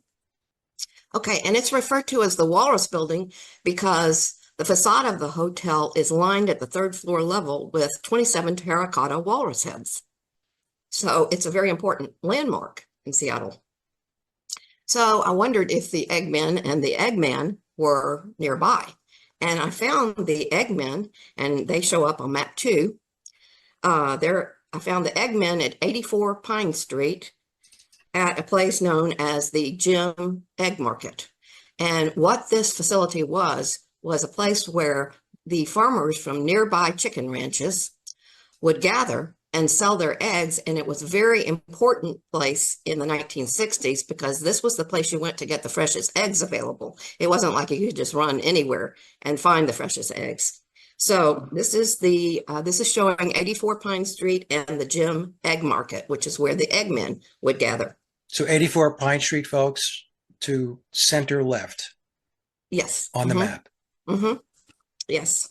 So then I knew that the Eggman must be somewhere nearby if my hunch was correct. And so I found it about 7 blocks away. And if you want to show map 3, it shows the location of the Eggman. Okay. Now, the Eggman is kind of interesting story. The Eggman is located, or was located in those days, at 700 Pike Street. And this was called the Golden Egg Cafe. It was a little short order cafe, and it advertised that it would fix eggs for you any way you wanted. That was its specialty, and that's what it did. You know, didn't have a lot of variety. It was just eggs any way you wanted them. So now a short order cook that specializes in eggs is often called an eggman, but the owner of this little restaurant had a much bigger reason to be called the Eggman, because he had placed right above his tiny little cafe a giant golden egg, advertising that he sold eggs. And it said on there, Golden Egg Cafe.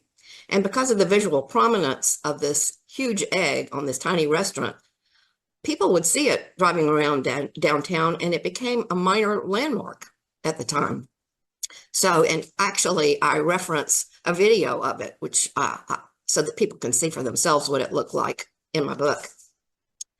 Well, then I wanted to pull up map 4 and show how close these places were.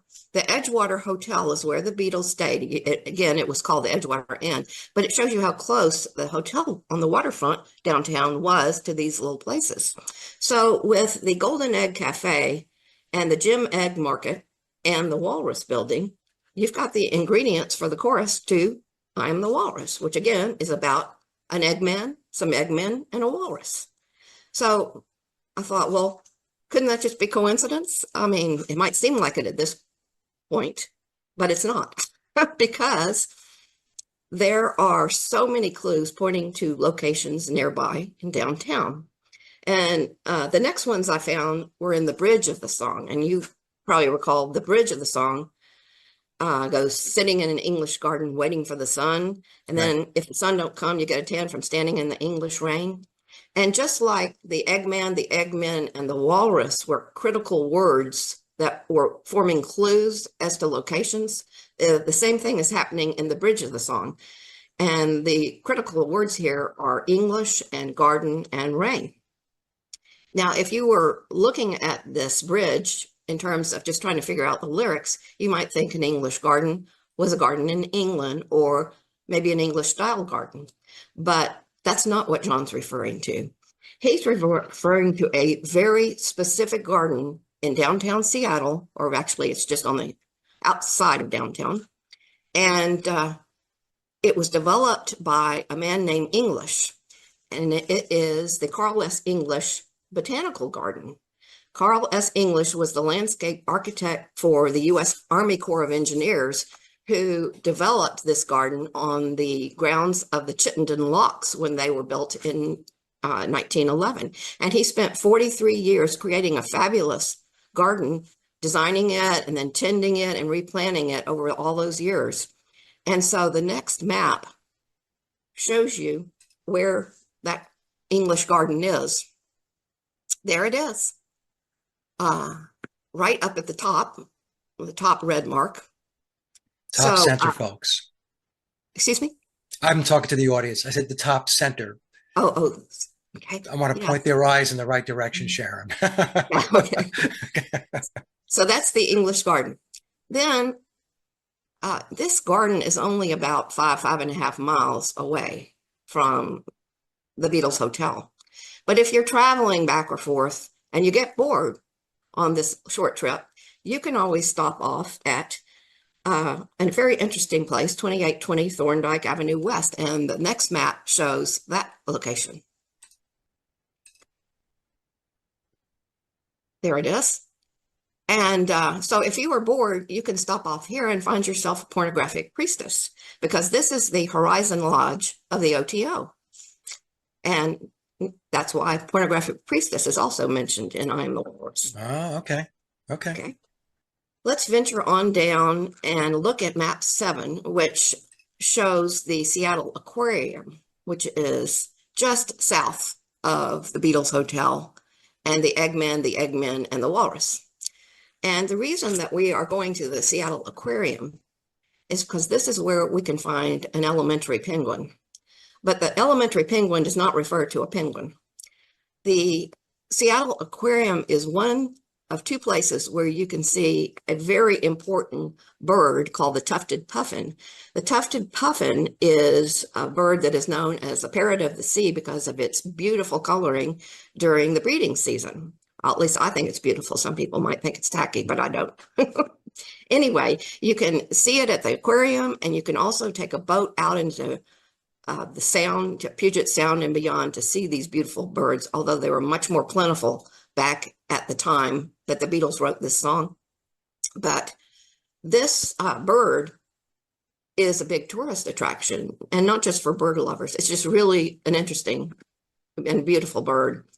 And so anyway, the reason that elementary penguin is referring to this is because penguin is actually referring to the British publishing house, Penguin Books, and they have an elementary division named Puffin.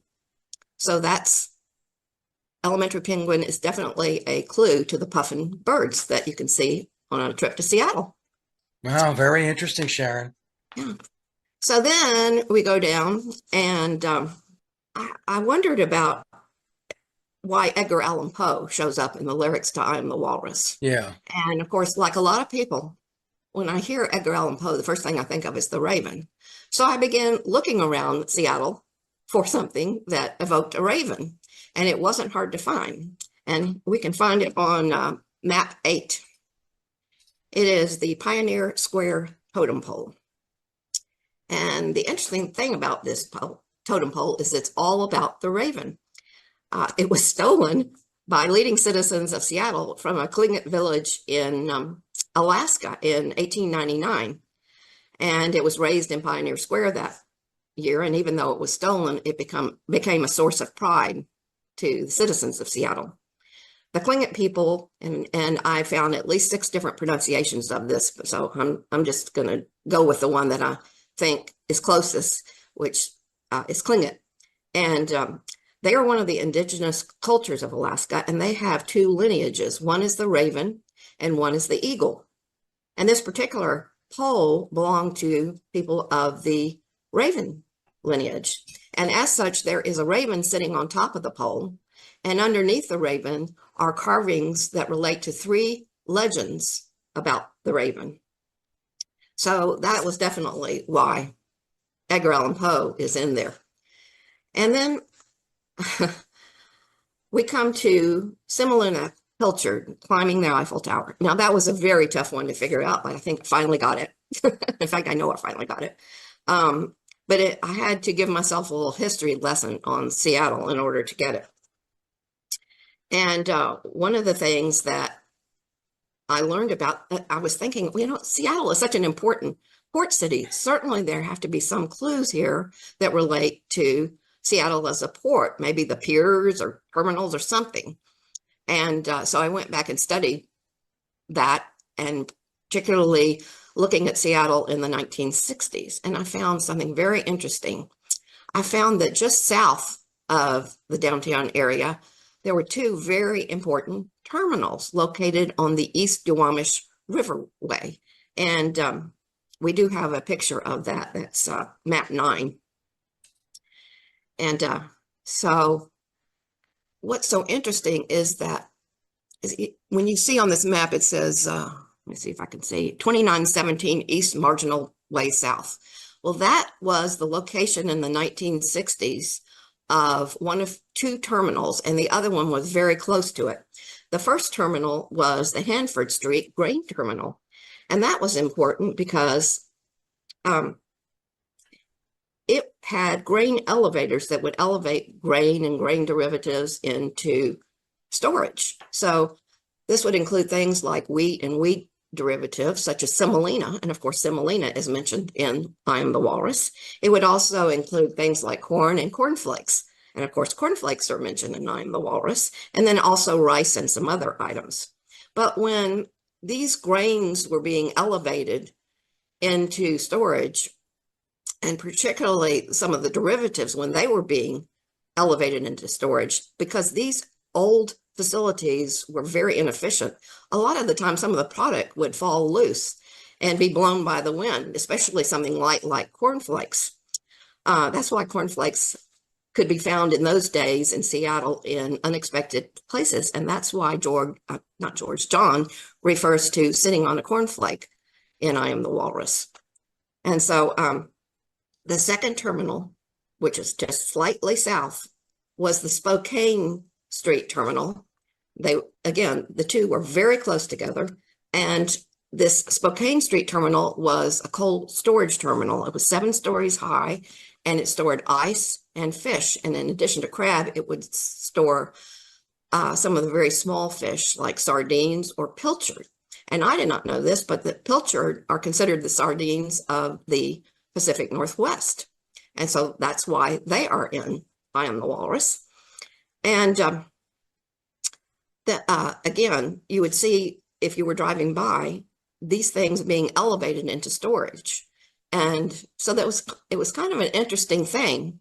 And so what does all this have to do with semolina and pilchard climbing the Eiffel Tower? Well, when the Beatles got to Seattle, they would have probably taken Route 99, which ran from the airport all the way up to their hotel. And I don't know if you can see on this map, but you are looking at Route 99. Right here, the blue line? Yeah. Yep. And towards the bottom of the map, that's where you would be if you were driving up from the airport. And when you were driving up from the airport, you would see these 2 old terminals with grains and fish being elevated into storage. And you would see them against the backdrop of the Space Needle. And you can see on there where the Space Needle is, and how if you're down at the bottom of the map and you're driving, you're going to see those 2 facilities again with items being elevated into storage against the backdrop of the Space Needle. Well, of course, in the 1960s, the Space Needle was often referred to as America's Eiffel Tower. It's still sometimes referred to that, but it was very common back in the 1960s. So let's say a person with a creative mind, and possibly like John Lennon, is driving up on 99, driving north, and off to the left, he sees these facilities that have grains and fish being elevated into storage against the backdrop of the Space Needle. I can see how, to a very creative mind, it would seem like semolina and pilchard really were climbing up the Eiffel Tower as these things are being elevated. So, you can certainly put a different interpretation, but that is what I see. No, it's very impressive. Now, as you were going through this, I was thinking that it made me question whether John had anything to do with the lyrics in I Am the Walrus, because it would seem to me that if I put it together with your research, that whoever wrote the lyrics had to have a pretty good understanding of all this in order to put the lyrics together to tell the story. And I was thinking to myself, well, did John Lennon spend enough time in Seattle to have that level of knowledge? So anyway, no, I think this is great. And I don't, doing the work myself, Sharon, I know that it's like a big, giant puzzle. It is. And I'm not saying that John Lennon didn't write it, because someone could have provided him with all this information and then he turned it into a song. Right. I'm just saying that the lyrics themselves, putting it all together, somebody had to have a pretty intricate knowledge of putting the lyrics together so it stepped through what you just took us through. That was That's my point. Mm-hmm. But I think it's fabulous. Well, there are more clues, more Seattle clues than I Am the Walrus, but I thought it might be interesting to look at the next two songs that John put out that had a long list of Seattle clues. Of course, the next one in 1968 is Glass Onion.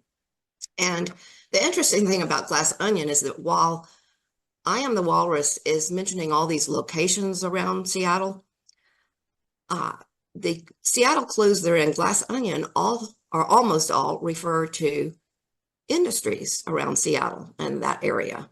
And the first one, not surprisingly, is in the title, Glass Onion, because in the 1960s, glass art was becoming very, very popular. And the number of glass artists in Seattle was growing, and their works began to be known around the world. And I was just thinking of the man who is probably the most popular glass artist from Seattle, and that would be Dave Chihuly. Okay. And he has works all around the world, and they are just gorgeous. And some of the other artists have beautiful works. So Seattle was definitely becoming known in the 1960s as the place for glass art. And glass onions in particular were a very popular subject because in Washington State, the state vegetable is the Walla Walla onion. And so Dave Chihuly has a very famous exhibit called Walla Wallas, which are glass onions floating in a pool. And he did an exhibit in Bellevue, which is a suburb of Seattle, in 1968, where it was his first really elaborate exhibit for glass blowing. And it became very popular and got a lot of publicity. And the song Glass Onion was recorded just 2 months later, and I don't think that's a coincidence. So anyway, the onions or the glass onions are only the first clue. Another clue that points to an industry around Seattle is tulips. You know, the line about the bent back tulips. Well, that's referencing the tulip farming industry. And it turns out that the area around Seattle is a wonderful area for growing tulips, and they've been grown there for almost 200 years now.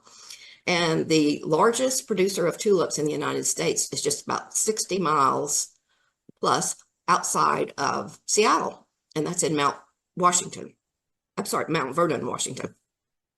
So they grow very well there, and every year there is a big festival called the Skagit Valley Tulip Festival. And so it's a very important industry there, and really a wonderful industry because so many people gathered there to see all these beautiful tulips and other flowers too. Then there's another line. You can basically pick any line in this. This one is fixing a hole in the ocean, trying to make a dovetail joint. Yeah. Well, the hole in the ocean is referring to the Octopus Hole, which is a conservation area that is on Hood Canal. And Hood Canal is an extension of Puget Sound. And Puget Sound is an inlet of the Pacific Ocean. So technically, the Octopus Hole is a hole within an ocean. But then, and I guess this line is alluding to the fact that we're trying to fix this hole by trying to make a dovetail joint. So what that's referring to is the fact that in the 1960s, probably Seattle was most known for its lumber industry before the tech industry really took off. And a dovetail joint joins two pieces of lumber without using any mechanical fasteners. And because of that lumber industry, another industry grew up, which was the furniture industry. And there were schools that opened up all over the place on the basics of furniture making, some of them in the colleges and some private businesses. But they would teach you how to make a dovetail joint. And that's what John is referring to in that song. So there are plenty of other clues to Seattle in Glass Onion, but let's go on to Come Together because there is an even longer list of clues in Come Together. One of my favorite Beatles songs. Well, again, we want to just focus on the words in the lyrics. And Come Together not only refers to businesses and locations, but it branches out and starts talking about famous people from Seattle, famous incidents that occurred in Seattle, and one big famous crime that occurred in Seattle, which is very interesting. So starting with some of the more mundane clues, we find Coca-Cola. Well, that's just pointing to the Coca-Cola factory, the bottling plant in downtown Seattle. And then it's not being used as that now, but it was operational then. And then the words bag and production also point to a business in downtown. They point to the Bemis Company, whose business is bag production. So some of them are just very straightforward. But then again, you can pick just any line. And let's pick the line, he wear no shoe shine, he got toe jam football. The critical words here are toe jam and shoe shine, because toe jam is a reference to the place known as Toe Jam Hill, which is the highest point on Bainbridge Island in Puget Sound. And it's just a quick ferry ride from downtown. And then shoe shine is referring to the Sephardic shoe shine men of Seattle. As it turned out, in the beginning of the 1900s, there were many Sephardic Jews immigrating to Seattle. And I didn't know this, but Seattle had the largest group of Sephardic Jews outside of New York for many, many decades. Well, all of these Sephardic Jews who were immigrating were able to immediately start making a living thanks to the Jewish community, because they were given a chance to shine shoes and repair shoes as their living. So there was a very large group of Sephardic shoe shine men. And then taking another line, we have the line, he got Ono sideboard, he won spinal cracker, and it's Ono and sideboard and spinal and cracker that are important here. And a lot of people hear that line and they just assume logically that it's talking about Yoko Ono, but it's not talking about Yoko Ono. The fact that the word Ono is followed by the word sideboard suggests a very different meaning. And Ono means tasty or delicious in Hawaiian. And as it turns out, Hawaiian food has always been very popular and prevalent in Seattle. And there was an elaborate restaurant that was just down the waterfront from the Beatles Hotel called the Polynesia. It was a very dramatic looking restaurant with tiki theme building, and it was embellished with Hawaiian lava rock. And you could get all sorts of Ono cuisine, Ono meaning, again, delicious and tasty, Hawaiian cuisine on a buffet or a sideboard there. And that wasn't the only place, but that may have been the first place that the Beatles thought of, or whoever thought of, when they came up with this clue. But what's interesting is I looked around Seattle, and there are all sorts of restaurants that still reference Ono cuisine. And I wrote down a few of them: Ono Hawaiian Barbecue, Ono Poke, Ma'onos, and they all continue to feature Ono Hawaiian influenced dishes. So that's the Ono sideboard, but in the same line we have spinal cracker. And spinal cracker points to Seattle because it is pointing to the great martial arts superstar Bruce Lee, whose home was Seattle and who started his business in Seattle. His first two martial arts studios were in Seattle. And I didn't know this, but a spinal cracker is a fighting technique where you grab the person from behind in a choking embrace and then ram the knee into the back of his spine. Well, no comment on that other than... Well, it sounds very martial artsy. Other than Lee grew up here, he went to Washington and opened his business here, and he is buried here. So he is a big star from Seattle. Yeah.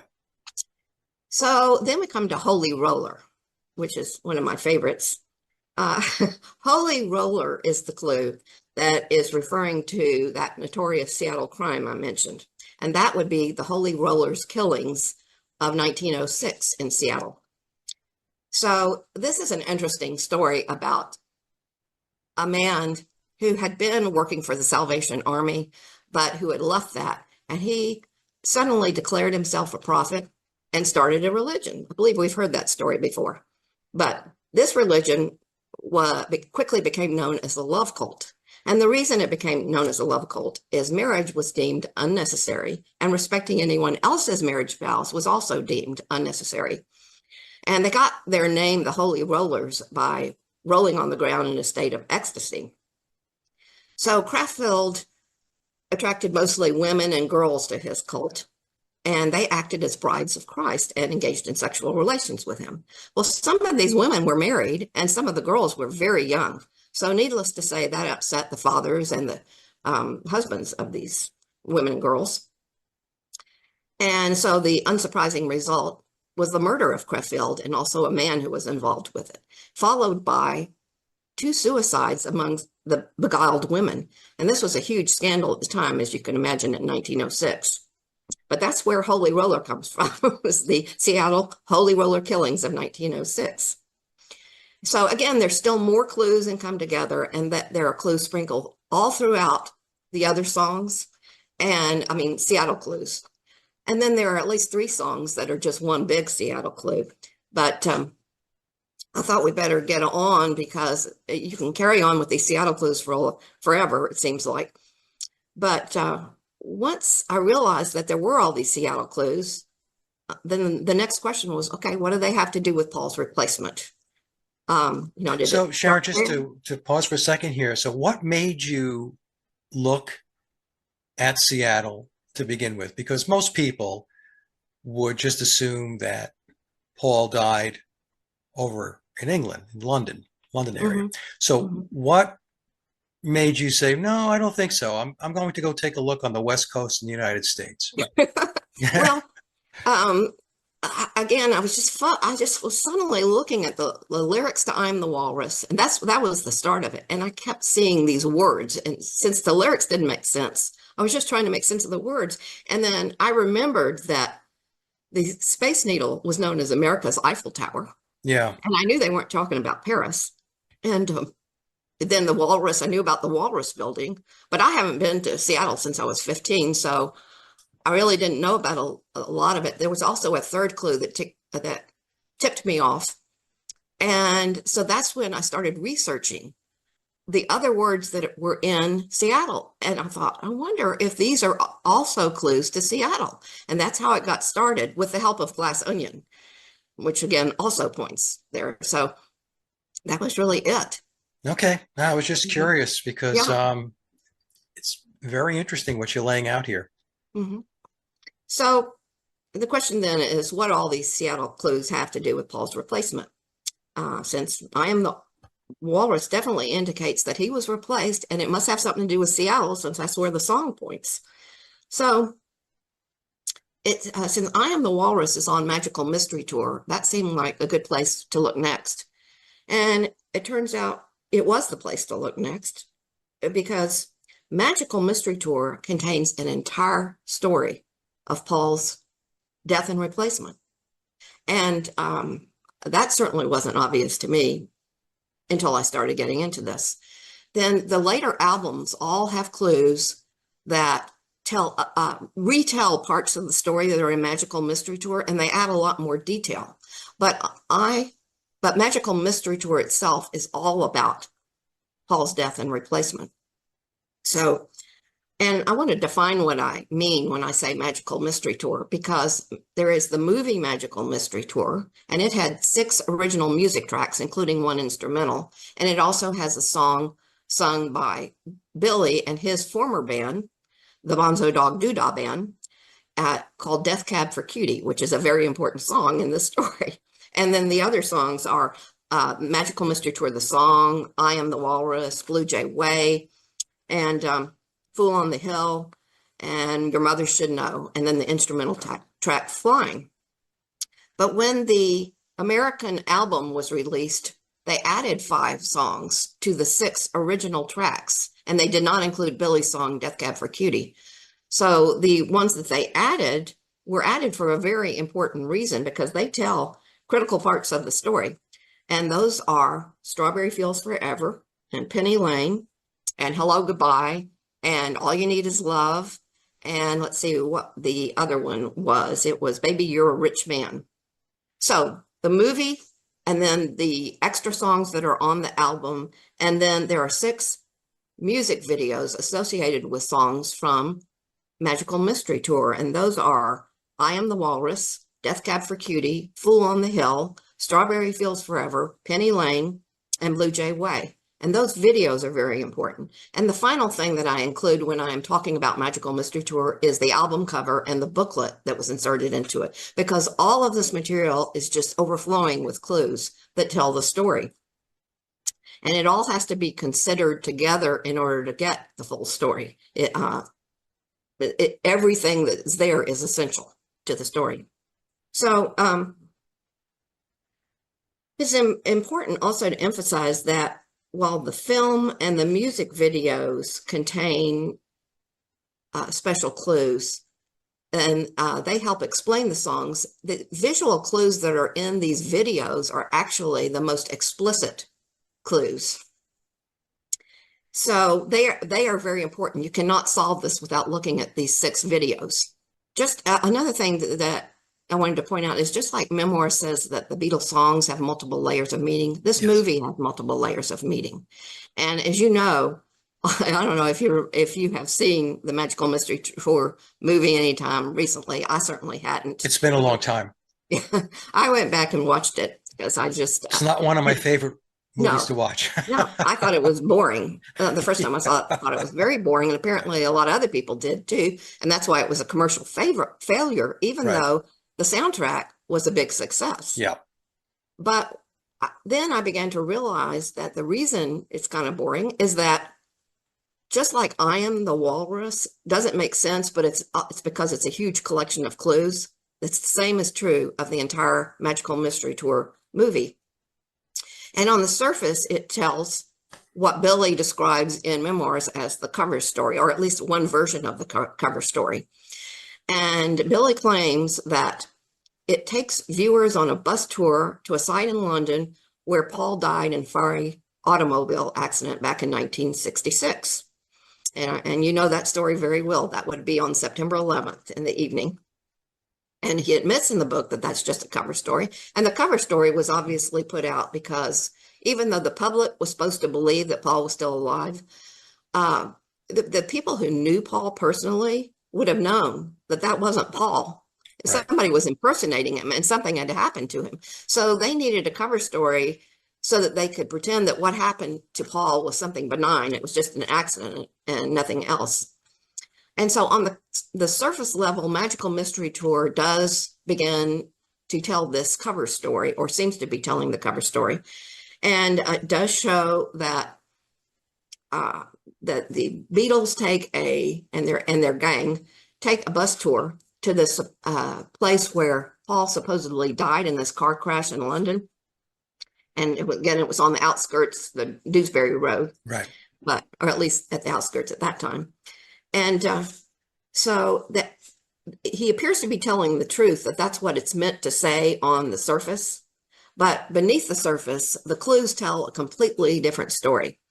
And just by way of example, in the Magical Mystery Tour movie, there is clearly a very big clue that Paul actually died in a mountainous region. And so that clue involves the instrumental track Flying. And on the bus tour, they show a scene where the people on the bus are directed to look out their window. And when they look to the left, they don't see anything strange. They just see the countryside. And then when they look to the right, they see scenes out the bus window, which were obviously taken from a plane. And they show a plane, or they show scenes that were taken from a plane flying above mountains and then flying above clouds. And they show a lot about these mountains in this movie. And so the question is, what do these mountains have to do with this bus ride? And we're seeing the tops of the mountains. So they're clearly, these images are being taken from a plane. Well, what's interesting is that the soundtrack has Flying, the instrumental piece, and Flying is what is playing at this particular time in the movie. So there's a clear suggestion that if you really wanted to get to the place of Paul's death, you can't get there by bus. You would have to fly there, and fly to a mountainous region in particular. And later clues, and also some other clues in Magical Mystery Tour, tell us that those mountains that are being shown in that movie are actually the Cascade Range east of Seattle. And there are very clear clues pointing to it. They're a bunch of clues. So it's not like I can just pull out one and say what it is, but they definitely, I lay it all out in the book for sure. Anyway, again, this movie and the videos give the most explicit clues, and the videos are the best at giving clues as to what really went on. So, since the Seattle clues really are maybe less than 4% of all the clues in here, it's a very large network of clues. So it's obviously impossible to tell you the whole thing, but I do want to point out some important things about where this puzzle goes and what it says. And the first thing I want to point out is the Blue Jay Way video and the Blue Jay Way song, because it is very important, because it's this video and song that tell us, that answer the question, what does Seattle have to do with the replacement of Paul? And so this video and the song both begin with George singing about the fog that has descended upon LA. There's a fog so upon LA. Yeah, so we know right from the beginning that he is in LA in this song. And and I wanted to give some background on what the Beatles were doing that helps explain the Blue Jay Way video. So the Beatles flew into Los Angeles on August 24th, 1966, and had a day off. And the idea was that they were going to rest at this house that Brian Epstein had rented for them for several days. This was on Curson Terrace. I think the name is symbolic too, but that's a whole other story. But this house was in the general Laurel Canyon area, but that doesn't mean it was precisely in Laurel Canyon, but was in that area. And Blue Jay Way is a street that's just several streets away from this house. And allegedly, George is supposed to be singing this song from this house on Blue Jay Way that was rented by the Beatles' entourage. So they did go to Seattle on the 4th, and they did have a day off. And they were supposed to, on the next day, the 25th, fly into Seattle to give a press conference and then 2 Seattle concerts. And then late at night, they were to fly back to Los Angeles. And then the idea was that the rest of the time, they would just spend time relaxing in Los Angeles with only one interruption, which was that Dodger Stadium concert. And then on the 29th, they would fly to San Francisco for their final concert. So they did fly up to Seattle on the 25th, and they did give the 2 concerts, but things did not go as planned. So when they went to the airport late at night, the plane was supposed to leave at 11 on the 25th, but it was delayed for 5 hours. And the official story of that delay is that it was being delayed because of a worn out tire that had to be replaced. Well, I don't particularly believe that story. And one of the reasons I don't, it could be true, but I don't believe Seems like an awful long time to change a tire. Exactly. So, but the interesting thing is that there was a witness on that plane, and he gave an interview to the Seattle paper, which is the Seattle Post-Intelligencer. And this happened shortly after the incident. And he told a very different story. And that person was Barry Tashian of the Remains, again, the opening group for the Beatles. And the Seattle paper claimed that the plane actually taxied down the runway at 11:30, but that there was a long delay. And when Barry Tashian was interviewed, he said that what happened was that someone stood up on the plane and demanded to be let off the plane because he had heard a backfire of an engine. And Tashian said he was just amazed that the pilot turned the plane around after it already started taxiing out and went back to the hangar. And when they did go back to the hangar, several people got off the plane. Now, he did not mention Paul. He did not mention any of the Beatles except George, because he was with George. He was with George on the tarmac, and he was with George later on the plane. So it's very interesting that this is not part of the official story. No one mentioned this, but the idea that the plane would start taxiing out, and then suddenly somebody would stand up and say, I want to get off this plane, and that the pilot would succumb to his wish, and that several people would get off. It was very, very interesting, I thought. So whatever really happened there, the clues in the Blue Jay Way video point to this long delay at the SeaTac airport. And they illustrate that Paul disappeared somewhere around 12 midnight on the 26th or later. It's just within a couple of hours that he seems to have disappeared. And it also indicates that John was left at the airport too, but that Ringo and George eventually got on the plane back to LA, and they were told that John and Paul would follow soon. And this is, again, all laid out in clues. It's not just, guessing.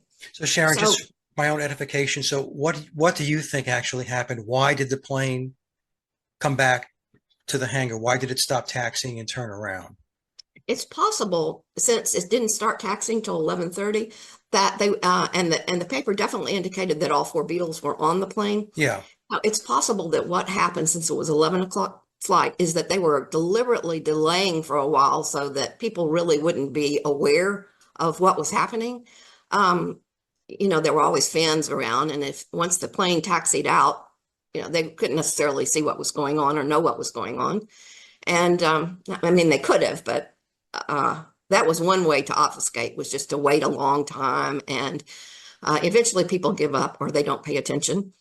So I think what happened is that someone orchestrated that it just doesn't make sense. That how many times do you get on a plane and suddenly, somebody stands up and said, well, I don't want to be on this plane. Let's go back. I just don't believe that. It's very likely that was an accident. But it was after that point that Paul seems to have disappeared, because when people got off the plane, he was never seen again after that. So do we know that Paul and the rest of the band were actually on the plane? Yes, we do know, or at least that was reported. That's what was reported. Okay. So when and also Barry Tashian said they were on the plane. Okay. So when the plane came back, the only Beatle seen was George. Is that what you said before? The only Beatle seen was George, by Barry Tashian. He didn't mention Paul. He didn't mention any of the other Beatles. But the clues in the Blue Jay Way video show that Ringo was on that plane too back, but that George and Paul were not. And so the whole Blue Jay Way song is about later that morning when George is back in LA, and he's been told that John and Paul are going to be there at a certain time, and he's waiting and waiting, and they don't show up. And you can hear the anxiety building in the song when they don't show up. And finally, John comes back, but they never see Paul again.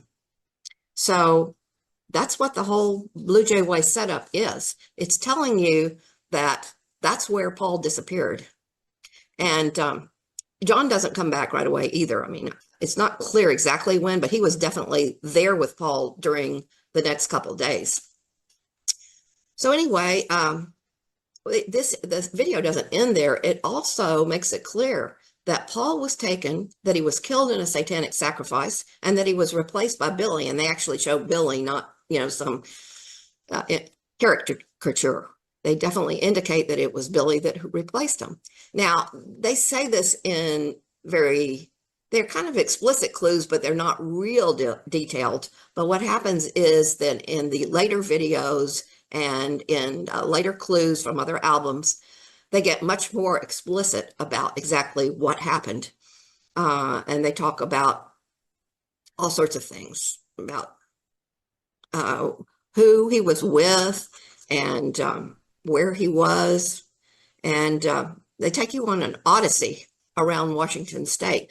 But it's important to remember before we start talking about that is that the Blue Jay Way video is the video that tells you that he was taken or lured away from the SeaTac airport in the wee hours of the 26th of August. So are you going to take us a little bit through the satanic sacrifice, how you came about, where you landed with that?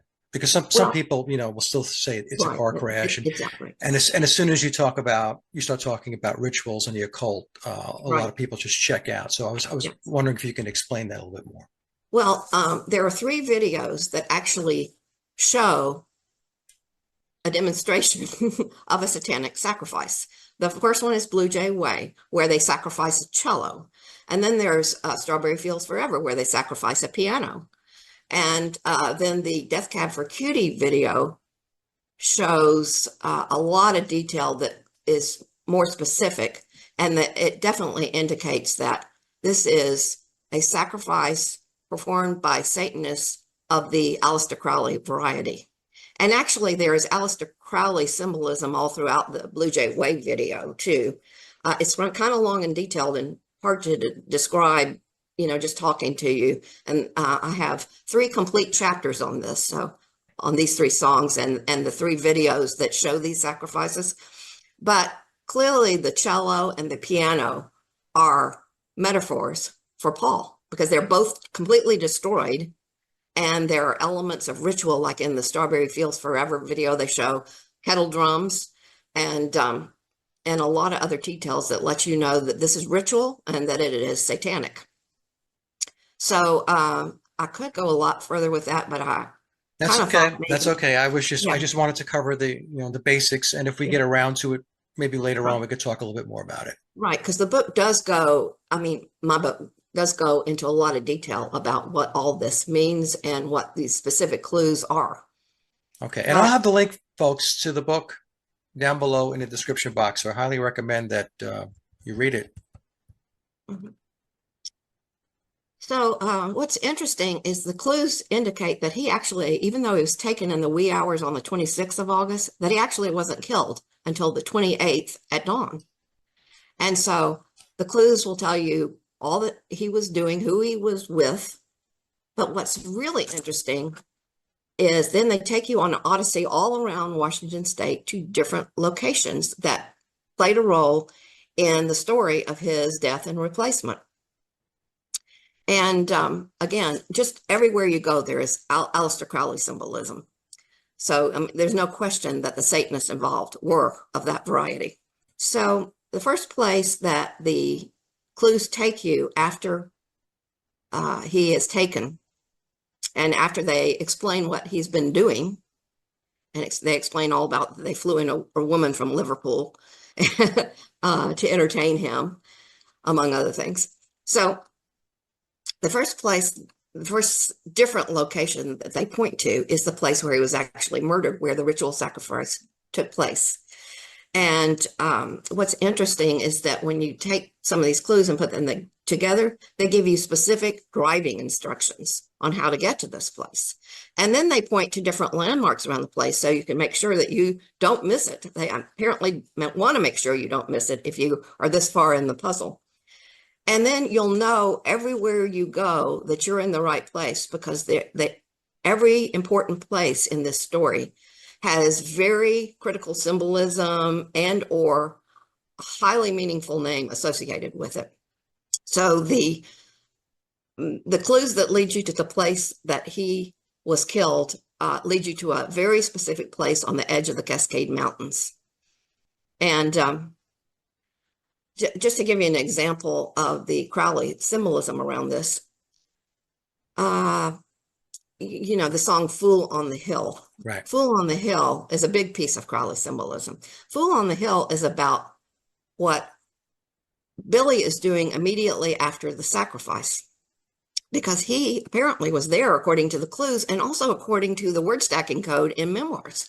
And you have to wonder, why would he put that in there? And why would he insist that the part about Satanism in the book is all true if he wasn't there? I mean, it would be totally misleading, but there's so much that points to his being there. And the Fool on the Hill is referring to a place where the sacrifice and the replacement took place, because they took place at the same time, which is why the song Hello Goodbye was recorded. It's telling you that Paul left the world at the same time that Billy takes over as Paul McCartney. Now, Sharon, do you have an example that you could point to where you have evidence that Billy, are you saying he participated in the ritual?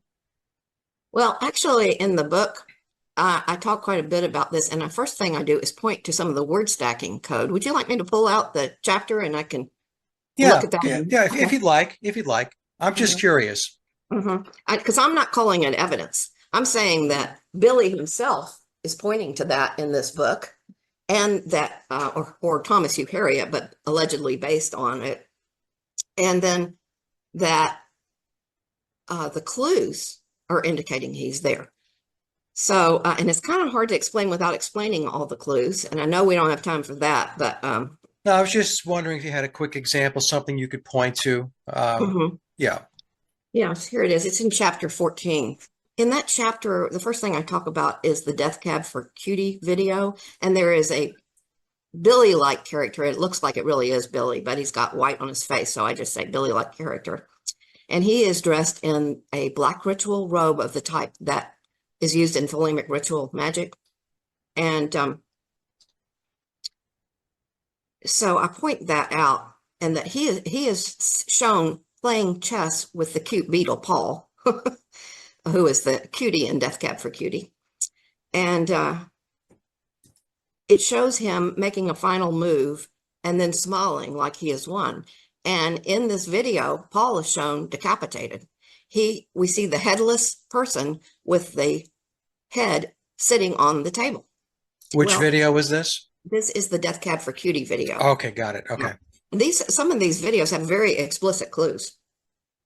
So let me just read this. In 1971, Paul McCartney released an album entitled Ram, along with his wife, Linda. And Memoirs claims that Ram stands for replacing McCartney and explains the Ram symbolism associated with sacrifice.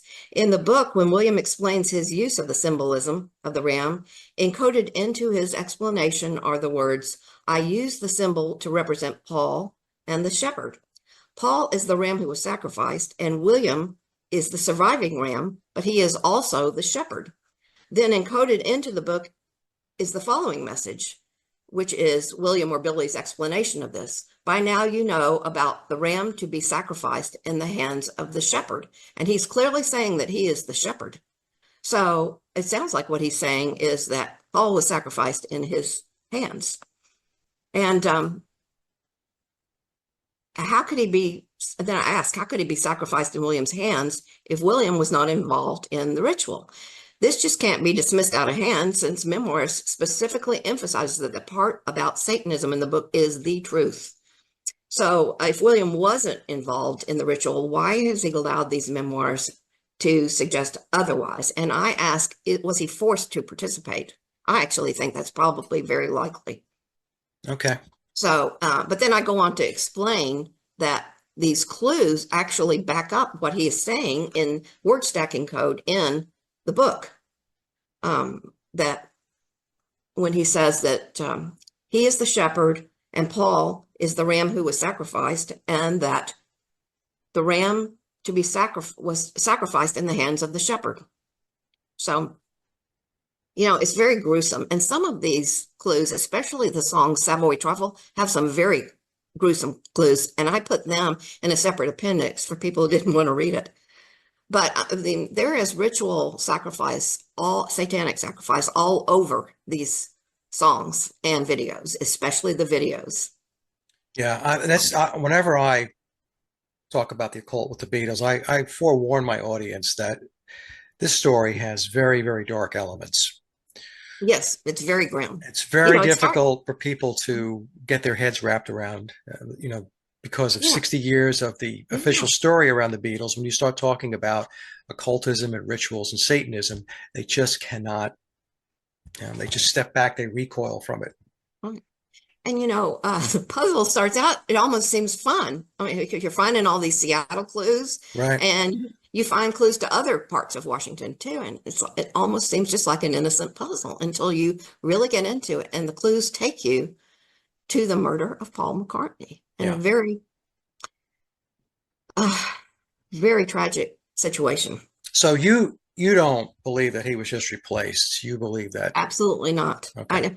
Now, I do ask, and I do want to talk to you about that a little bit more, because I do ask about, is this possible that this is a hoax? I don't believe it's a hoax, because the clues in here are so specific that if it was a grand hoax perpetrated by the Beatles, that would be very surprising. But I do want to talk to you about that some more. Sure.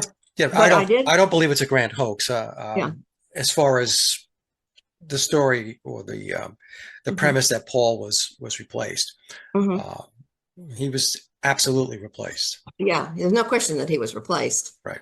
That is easy to prove. It's what happened to him. Right. So what we do know, and again, there are lots of clues about what happened, and some of them are gruesome, so I'll just let people read that for themselves if they want to. But again, it takes you to a very specific place on the edge of the Cascades. It tells you that these Crowley devotees, Satanists, were involved, and that there were lots of policemen involved. And that's not surprising since we're dealing with a psyop. You know, there are always policemen involved. And interestingly, at the end of memoirs in the lyrics section, Billy indicates in a set of lyrics called Flies and Bees to Emily that there were policemen who were paid handsomely and threatened. That is in the book. Now, is that true or not? Well, it seems to be borne out by the fact that the Beatles are constantly referencing and showing policemen in these clues. So, and I would like to, when we get to the end, talk about who set this up. But there are definitely Satanists and there are definitely policemen involved. So the policemen apparently are there just protecting the operation and facilitating it, making sure nobody interferes. Oh, I know. I was talking about the fool on the hill, and that Billy is the fool. He is the one that's shown in the movie Frolicking on the Hill when the fool on the hill is played. And that would actually make sense if there really was a satanic sacrifice involving followers of Aleister Crowley, because in Crowley's tarot, the fool is the beginner or the new initiate. That's right. And certainly Billy would have been the new initiate in the role of Paul McCartney. So there are just so many cases of symbolism like that from the Thoth Tarot, from Crowley's Thoth Tarot, and other symbolism connected to him. But I wanted to mention before we go on back to a couple of these things we mentioned, that the clues after the murder start getting even more specific, and they're really very explicit, and they tell you exactly how the body was transported after he was murdered, the exact vehicle that was used. They tell you about an important stop that was made in Washington State that was made along the way to the burial site. They tell you what the killers did to cover their tracks and make sure that that no one found Paul, but if they did, they wouldn't recognize him. And then there are specific clues that lead us right to where he is buried. And Abbey Road is the album that has a lot of clues about that. And so that's my last chapter. And when you read that chapter, you will definitely know what the license plate on Abbey Road stands for. And just to give you a hint, the 28 is the 28th, the day that he died, in that license plate. And I think after reading the chapter, it'll be pretty easy to fill in the blanks of what the rest means. So in your book, Sharon, you will, because we're not going to be able to cover everything that's in your book, obviously. So your book will have the songs that will help people to understand about how it took place, where it took place, where they took the body, all that. Yes, it is very specific, exactly where he was killed, exactly where how they transported the body, then what they did afterwards. They made an important stop and they talk about that. And then the clues again lead you right up to where he was killed. And to where he was buried. And I wanted to mention something interesting, because what I learned when I was figuring out the clues to where he was buried is there aren't just clues in the Beatles' works from after 1966. William Campbell turned out to be a very deliberately planted clue as to where he was buried. And William Campbell, for anybody who's listening that doesn't know, in 1969, the Beatles attempted to spread the rumors about Paul as dead. And an article was published at that time, and the author was Fred LeBour. And he told one version of the cover story, and he claimed that the man who replaced Paul was named William Campbell. And then shortly thereafter, he said, well, that wasn't really true. His name wasn't William Campbell, and I made up some other things in the story. But the question is why? And now I think I figured out why, because there is a big clue involving the name William Campbell that will lead you one of the clues that will lead you right to where he is buried. Is it a clue that's in a particular song? No, this is when you put the name William Campbell with all the clues that are in the song, you will find the exact place where he is buried. And so in the book, I lead you through all these clues and I lead you right to these places. Okay. Including, and I was even surprised that I found the exact place he was buried, but that's what it shows you. Okay, I don't want to upstage your book, so if you don't want to answer this, that's okay. Is Paul buried here in the States, or is he buried? He is buried in the States. Okay. And in fact, he is buried in the state of Washington. Okay. Yeah, you never leave the state of Washington in this story. I see. Okay. So anyway, I was just kind of trying to summarize what's in there, since there's no way I can lay out the clues, in our I know. like that. And a lot of them you have to see because they involve these videos. Yes. But I started thinking to myself, okay, again, could this possibly be a hoax? I don't think so, for several reasons. The first thing is that actually this story kind of rings true when you think about all the other rock groups who have been involved in the cult and in Satanism and all the early deaths of rock stars. And also the idea that you have all these intricate details, all these intricate clues as to Paul's death and replacement throughout more than 3 years, telling this very intricate story, also rang a bell, because the Beatles advertised right from the beginning with their occult symbolism on their album covers that they were somehow connected to the agenda of the Illuminati. And of course, telling the truth in a way that most people can't understand, or that most people won't even pay attention to, is a hallmark of the Illuminati. So given that, is it likely that the Beatles were just fooling us with this incredibly elaborate puzzle? Or is it more likely that they were going to extraordinary lengths to tell the truth about what really happened to the original Paul McCartney?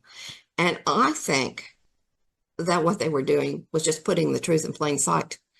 And it's been in plain sight for all these years. Yeah, so, and it's buried under just a ton of occultism. And until you start digging into the occult aspects of the story, you're not going to truly understand the possibilities of what may have or did take place. That's the thing. It's what I was talking about before, because whenever you get into the occult aspect of the story, most people just shut down. Yeah. They don't want to hear it. They don't want to know about it. They'll go so far with it. But when you hit that point, a lot of people just back off.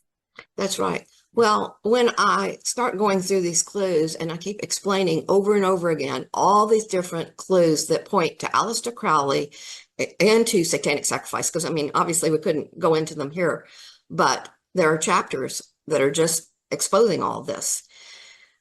I really think it's very hard to deny. The bulk of clues pointing to this are just incredible. Yeah. Yeah. I mean, all we have to do if you want to get a picture of Crowley and Thelema is to take a look at the Help album. Look at the front cover. That's right. Oh, speaking of the Help album, as you know, there's a hint in memoirs that Maxwell Knight was the person who orchestrated all this for the elites, who orchestrated this murder and the cover-up of the murder also. And at first, when I thought of that, I thought, well, is that really possible? I mean, here's this prominent spy master, but the more I looked into the more I realized it's very possible, because I didn't realize that Maxwell Knight was actually good friends with Aleister Crowley. I knew he had recruited him for a job in World War II, but he was very good friends with him. He actually became his pupil and started attending his occult ceremonies. And he was initiated into the AA, which is the very organization that uses the ritual magic positions that the Beatles illustrate on the Help album. So it's very possible. And not only that, but he obviously must have known Billy personally, because regardless of who Billy's father is, whether it was Crowley or somebody else, I know the book hints at Crowley, but you made a couple of very good points that maybe that's not true. Well, you have the whole Kenneth Anger connection as well. Yes, yes. Kenneth Anger was, the heir apparent to Crowley after Crowley passed away in 1947. Right. So there is, like I said, there is definitely this dark occult thread, right, that runs through the story. And another thing that I thought of is, actually someone in Knight's position would have been the perfect person because, first of all, he had the assets of MI5 to employ, so he had plenty of money to use. He plus also plus had, the CIA. See, yeah, that's the thing, that that's right. they're all interconnected. People think that they're separate entities. Well, they are separate entities on paper, but the MI6, MI5 work with the CIA, with the FBI, with Mossad, and so on. It's all interconnected. It is all interconnected. And so not only did he have plenty of resources to use, but he also had the power to make his threats to the policemen credible. So then he also had the direct connection to the Crowley followers because he was involved with them. And he certainly knew Billy and would have wanted to probably further their goals since he was one of the cultic elite himself. So, I mean, there are a lot of reasons to think that when Billy points to Maxwell Knight or when you Harriet points to Maxwell Knight, that actually could be very true. It could be true. Yeah. Yeah, I agree. Yeah, and for folks that think that they cannot get police to stand down, one of the examples I use is the Monterey Pop Festival that kicked off the Summer of Love in 1967, where the CIA wanted to experiment with LSD to the participants of the concert, and they told local police to stand down. Don't arrest anybody. We're handing this stuff out. Let it go. And we see this all the time where local police are told to take a back seat because the CIA is involved or MI6 is involved. This is the reality of what really goes on when we talk about deep state stuff. And occultism is a huge piece of the deep state. That's something else a lot of people really can't get their arms wrapped around. Yeah. So. Well, there's so much more to this, but I was just kind of giving an introduction. No, it's fabulous, Sharon. It really is. I love research like this. I mean, you're breaking new ground. And it's up to the individual person who's watching this to buy your book, read it, and they can decide for themselves.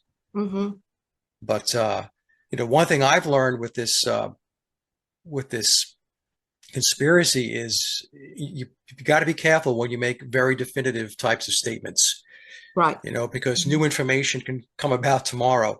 That's right. Billy could do a new song tomorrow with a bunch of clues that's going to, put you in a different direction. But no, I think it's great. I have to be honest with you. I haven't spent a lot of time looking into where Paul died. Of course, I read the book and they lead us into England, into the London area. I did hear about, as you mentioned earlier in the discussion, about some researchers saying that it took place in the United States. I never discounted any of that because I don't know. We really don't know. So it's always wonderful when researchers like yourself do the work that you're doing to shine some more light, and it opens the aperture. And I know that the occult part is very hard for a lot of people to accept.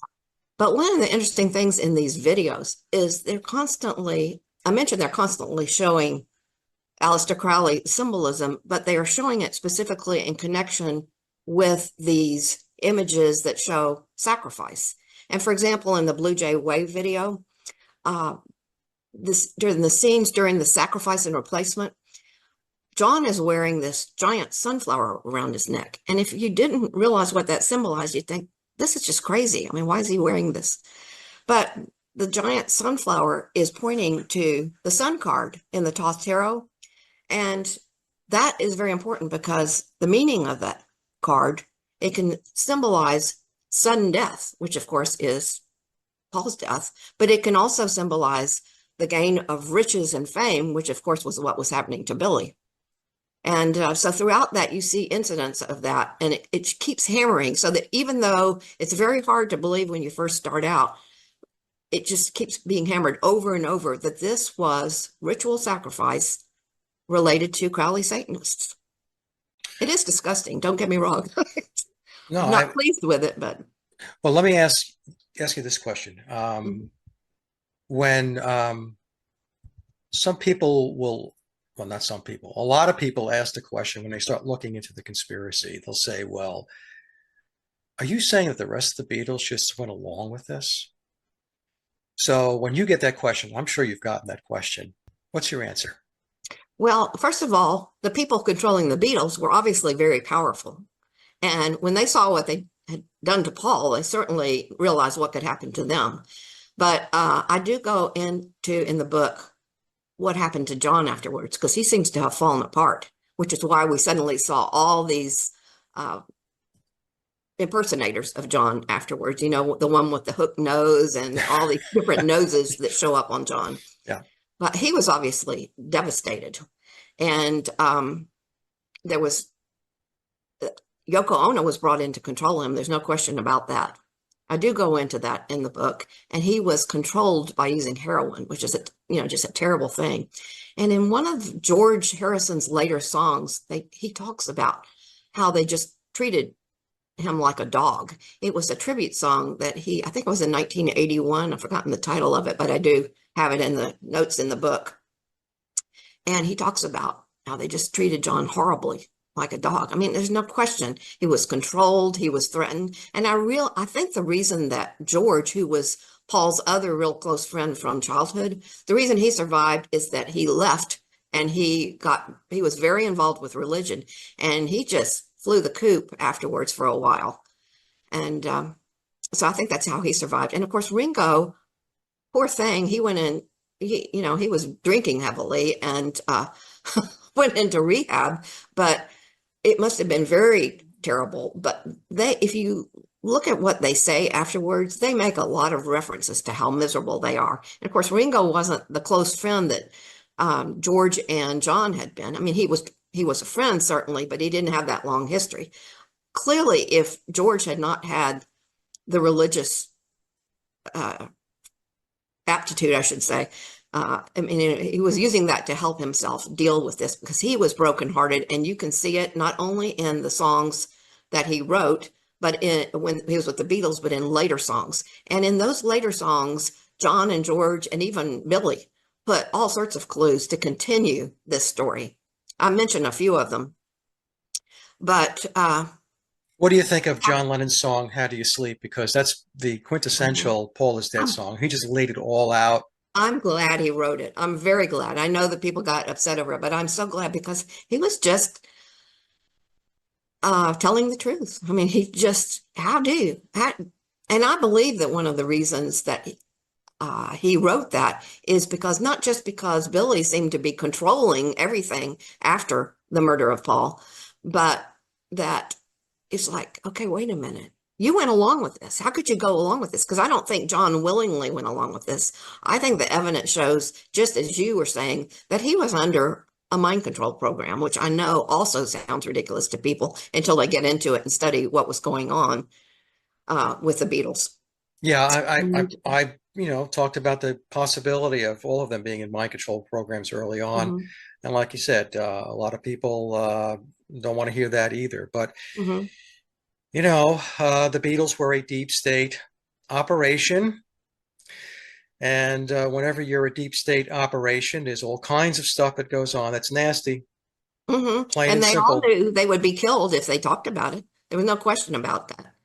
And so probably a sigh of relief, would you say, Sharon, once Billy wrapped everything up with the band after Let It Be?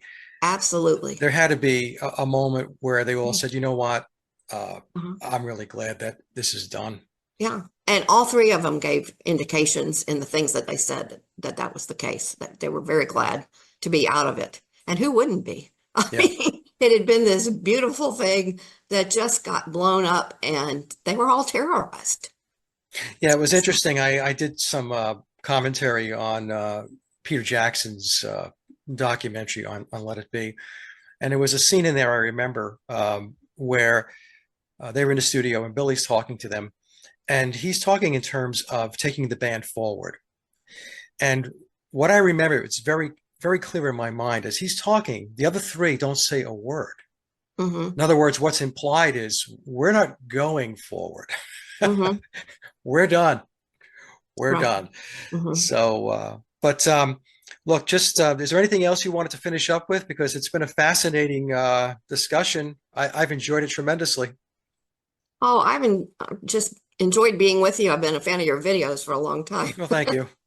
But I can't really think of anything specific. Is there anything you want to ask me? No, well, I can ask you where people can get the book. Oh, well, I sent you some links. I don't know if they will be underneath the video. One was Amazon. One was Amazon. They can get it from BookBaby. And there's a link to that. They can also get it just about any bookstore. I mean, Barnes and Noble. Okay. Any websites or anything like that for you? Facebook pages I where am people can catch up on, with you? I am on X. There Okay. is a site for Forbidden Fruit. And and it's at Beatles Puzzle. Okay. Okay. Is my handle. So And what has been the reception? I guess I'll ask this question to kind of conclude here. What has been the reception to your work? so far, it's been very positive, but Good. that's because the people who I've been talking to are people who are interested in Yeah. the subject. And I think you saw my interview with Dr. Fetzer. Yes, with Jim. Fetzer. Yeah. Yeah. And he's been interested in this subject for a long time, but he hasn't been focused on it the way you have. But he's definitely a very interesting person, full of But Jim doesn't want to hear about the satanic piece of it. well, I think he was just surprised Yeah. by that All You Need Is Love. Yeah. It is a song that points to Aleister Crowley. Yeah. And his dogma. Yeah. That's the thing. Like we were saying before, the occult piece of this thing is so embedded. Uh-huh.